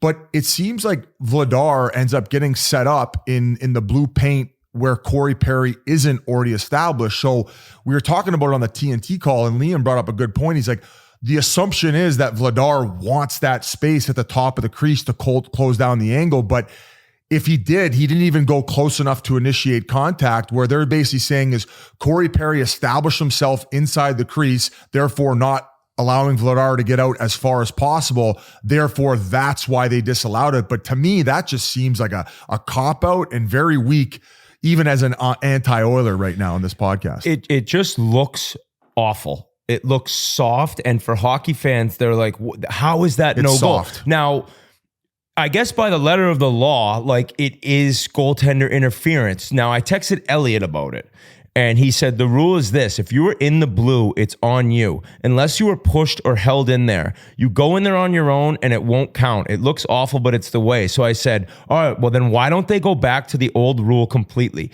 that people hated, but at least then you know, and there's not this indecision of every single time there's a but he said that I don't know. So if you want to go by the way the league's looking at this, where if you go in on your own at any point, if the goaltender is struggling to get position, when you skate in there on your own, it'll be no goal. Make it so that you just can't go in there at all, because right now you are allowed to be in there, so you can get in there. If you're barely in there and the goalie doesn't touch you, it'll be fine. And then if he somehow bumps into you on his own, which would be smart for the goalie to do, then it's going to be no goal. So the confusion is what drives fans nuts. So I think that's where the confusion in this one is, and that's why I mentioned what Liam said, where like you're basically assuming that Vladar wanted that space, but he didn't initiate contact or didn't even come in contact with Corey Perry, therefore not really interfering with him making the save. I know. So as a fan, when you're watching, like, people are watching numerous NHL games every year, every night, and you get a review now, goaltender interference, and tell me what fan isn't watching, like, no clue which way this one's going. That is a problem for a fan base and fans of this league to go to like offsides, like the Arvidsson in Edmonton. Boom, that's an offside. Done deal. I get it. This goaltender interference one, when coaches, players, and fans alike have no idea what the call is going to be. I kind of like it like that. No, buddy, that is brutal. Until it fucks my Leafs. That is brutal. Yeah, exactly. When the Leafs get bounced in the first round again, you'll be whining and complaining about this rule. And I think I hate the old rule, the Brett Hull rule. The goal shouldn't have counted against the Sabres. Never go back. Okay, but what's the difference now? Because at least then you know, all right, the replay, his toes in the crease. I hate the rule, but boom, every fan knows that one's coming back. To not know if it's coming back or not, and then have the league, put it this way, do you think the league wants to have to be releasing statements in the middle of that Oilers-Flames game explaining, because they see online, like, people flipping out, and now the gambling aspect and the over-unders and everything's changed a lot, where so much money's wagered and so many people are talking online about, why is that goal called back? Why is this one allowed to stand? It's just become too confusing in my mind. And I think that if you can get fans to never be confused on calls, that's a win for the league. So I don't know where you go. At least with the old rule, though, you'd look at a replay and every fan would say, that one's coming back. And I don't know where they go from here. The Rempe one was horrible too, because when I tweeted last night, it was the worst one I've ever seen. All these Rangers fans texted me over the Rempe one. It's very similar. He kind of just like moves there, and all of a sudden, like, the goal goes in and no goal. So you know what wasn't horrible though? What? His acting in that new body armor commercial he did on I like Twitter. that. I like that. I like when he was like just plugging the water into the coffee machine, spraying it everywhere. He crushes the just fax a media machine. darling right now. Yeah, exactly. He's living it up. Why not? If you got this fame in New York City from being this monster that skates around looking to dummy anyone, you never know how long it's going to last. A few other things. Obviously, Utah has came back down to earth. First loss handed at the hands of the New Jersey Devils, who are now in first place overall in the league. So Pasha will be very unbearable, but we're not going to let him hop on the mic again this podcast. But it is impressive that last year, so many goaltending question marks. And I'm like, hey, Markstrom get that shot? No. Markstrom's going this afternoon or tonight against Carolina. That was Jake Allen. So it's like they've gone from a real issue in net to having one star goalie who's one of Vezina and another. I mean, Jake Allen, I would look at as a top end backup. And he's going out getting a shutout. So we pumped Utah so much. You almost knew earlier in the pod from yesterday, you almost knew they'd lose this game, but the Devils look very good. Also, emotionally, like they had the start to the season. They launch it off against Chicago at home. I mean, your energy and your adrenaline's through the roof. They start out on the eastern side, end up getting huge wins on Long Island and Broadway. At a certain point, you knew it was going to have to come back down. But another thing too, guys, like, I don't know how big the Bruins have to make their back end to not get their show ran by the Florida Panthers. Without Tkachuk and without Barkov in the second game, they're now 0-2. Florida owns Boston now. And Grinelli and I just made a bet. I said, I don't know about this Bruins team. And I said, I think that they don't get out of the first round. We bet $500. He's very confident that it's an older team, so they're going to take a little while to get going. And Swayman will get better as the season goes along after missing camp. But Florida is an issue for them. It has turned into just like grinding them out, but to not have Barkov and Tkachuk and still get a win on the road. And I believe the first game was in Florida because they raised the banner. So 2-0 against the Bruins, who are now 2-2 and don't look great, as I mentioned earlier in this show. Who owns who more? Third period leads against the Islanders or the Florida Panthers against the Bruins? Or the playoffs versus the Leafs? Not this year, though. Okay, fair enough. Another story that broke today, which was really interesting. You and I, not an argument, but a discussion about it was Peyton Krebs and Rasmus Dahlin going at it in Sabres practice. Now, I think Sabres fans, to just see the actual fight, now I wouldn't say it was a huge fight, but they're going at it and guys jumped in quick. That's good. I did not love what Dahlin did, and that was a low hit. It was actually a beautiful hip check. So let's describe the clip. It's a low hit, and then Dahlin initiates by going after Krebs. So after he low hits him. So people are a little confused, saying like, whoa, like what sparked this? So apparently earlier in that same drill, which was a battle drill, Krebs got a stick up, high stick Dahlin. My understanding from talking to some people is Dahlin's got a bit of a quick wick, which is, you need a little bit of spice in your game, which is a good thing. But people like, I think it was Carlo Koliakovo chimed in online. Who else? Ryan Callahan. So some very respected players are saying this is bullshit for a captain to go low on another player in practice. How did you feel about that, Whit? Like, yeah, obviously, like thinking more about it, I didn't like it. After hearing that it was retaliation or high stick, I guess I can understand it. I do think that the Buffalo Sabres need a little bit of spice and some type of spark to get them out of this drought in order to get their game going early. Because if they start out 500 after 20, 25 games, I don't know if they're going to have enough juice to end up getting this team in the playoffs. Yeah, so I have no problem with when teams are playing hard, and it kind of all goes back to the Bertuzzo. Who did he fight? That's Sanford. Zach Sanford. And it switched everything around, and people talked about it in St. Louis that they end up coming back and winning the cup. And I get physicality in practice and competing. There's one thing to put a shoulder through a guy's chest in a battle drill and run him over, and that's the game. But when you're going low on a hip check and all of a sudden like a guy tears his knee, which he didn't, so it's kind of like an argument that I guess is a little ridiculous, but he could have gotten injured. And there's a big difference between running a guy. It's similar in the NFL. Like I remember Gronkowski used to talk about like you're not allowed to hit guys in the head in the NFL, where he's like, I'd rather you not be allowed to hit my knee, right? Like if you're gonna run after me, concussions are scary. I can recover from that. I'm done for the year if you buckle my knee. And just to go low like that in a practice, it was just kind of weird to me. Now I'm sure Dahlin kind of snapped after getting high stick, but he could have maybe lit him up in the chest, and instead he throws a beautiful hip check, which in a game I see that awesome hit, give him a bunch of stick taps, but to do it to a teammate is definitely odd, and I don't think on the right side of things. So, and then he was that pissed where he goes at him again. He goes at him right after he lays a low hit on him. So definitely odd, but I think that the passion in practice for the Sabres is a good thing. Maybe it just stems from something else, not a low hit. Yeah, and like obviously the goons online are gonna, oh, your captain doing that in practice? Are you kidding me? I just think quick wick, you get high stick, you're fired up. But I am a firm believer in your practice habits and that intensity carrying over to games. And from my understanding, it was a very difficult training camp, and Lindy Ruff's trying to instill that into their culture. So let's see if that transfers over to games moving forward. They did have that big win we talked about against Florida. No Barkov, no Tkachuk, Spencer Knight net. They got Pittsburgh on primetime Wednesday. You got that game? We got that game. This is going to be a big game for both teams because Pittsburgh's in that same boat where they got to get off to a hot start as well. They're 1-2, and you know, another team that I think Malkin has been quoted as saying, even before the season started, he said, I got to play smarter. I got to limit my turnovers and make adjustments to my game. Much like I think Sid has done, right? He doesn't play the same way that he used to in the past, where Malkin has played as of more late, more of a riverboat gambler is the word I'm trying to find. Yes.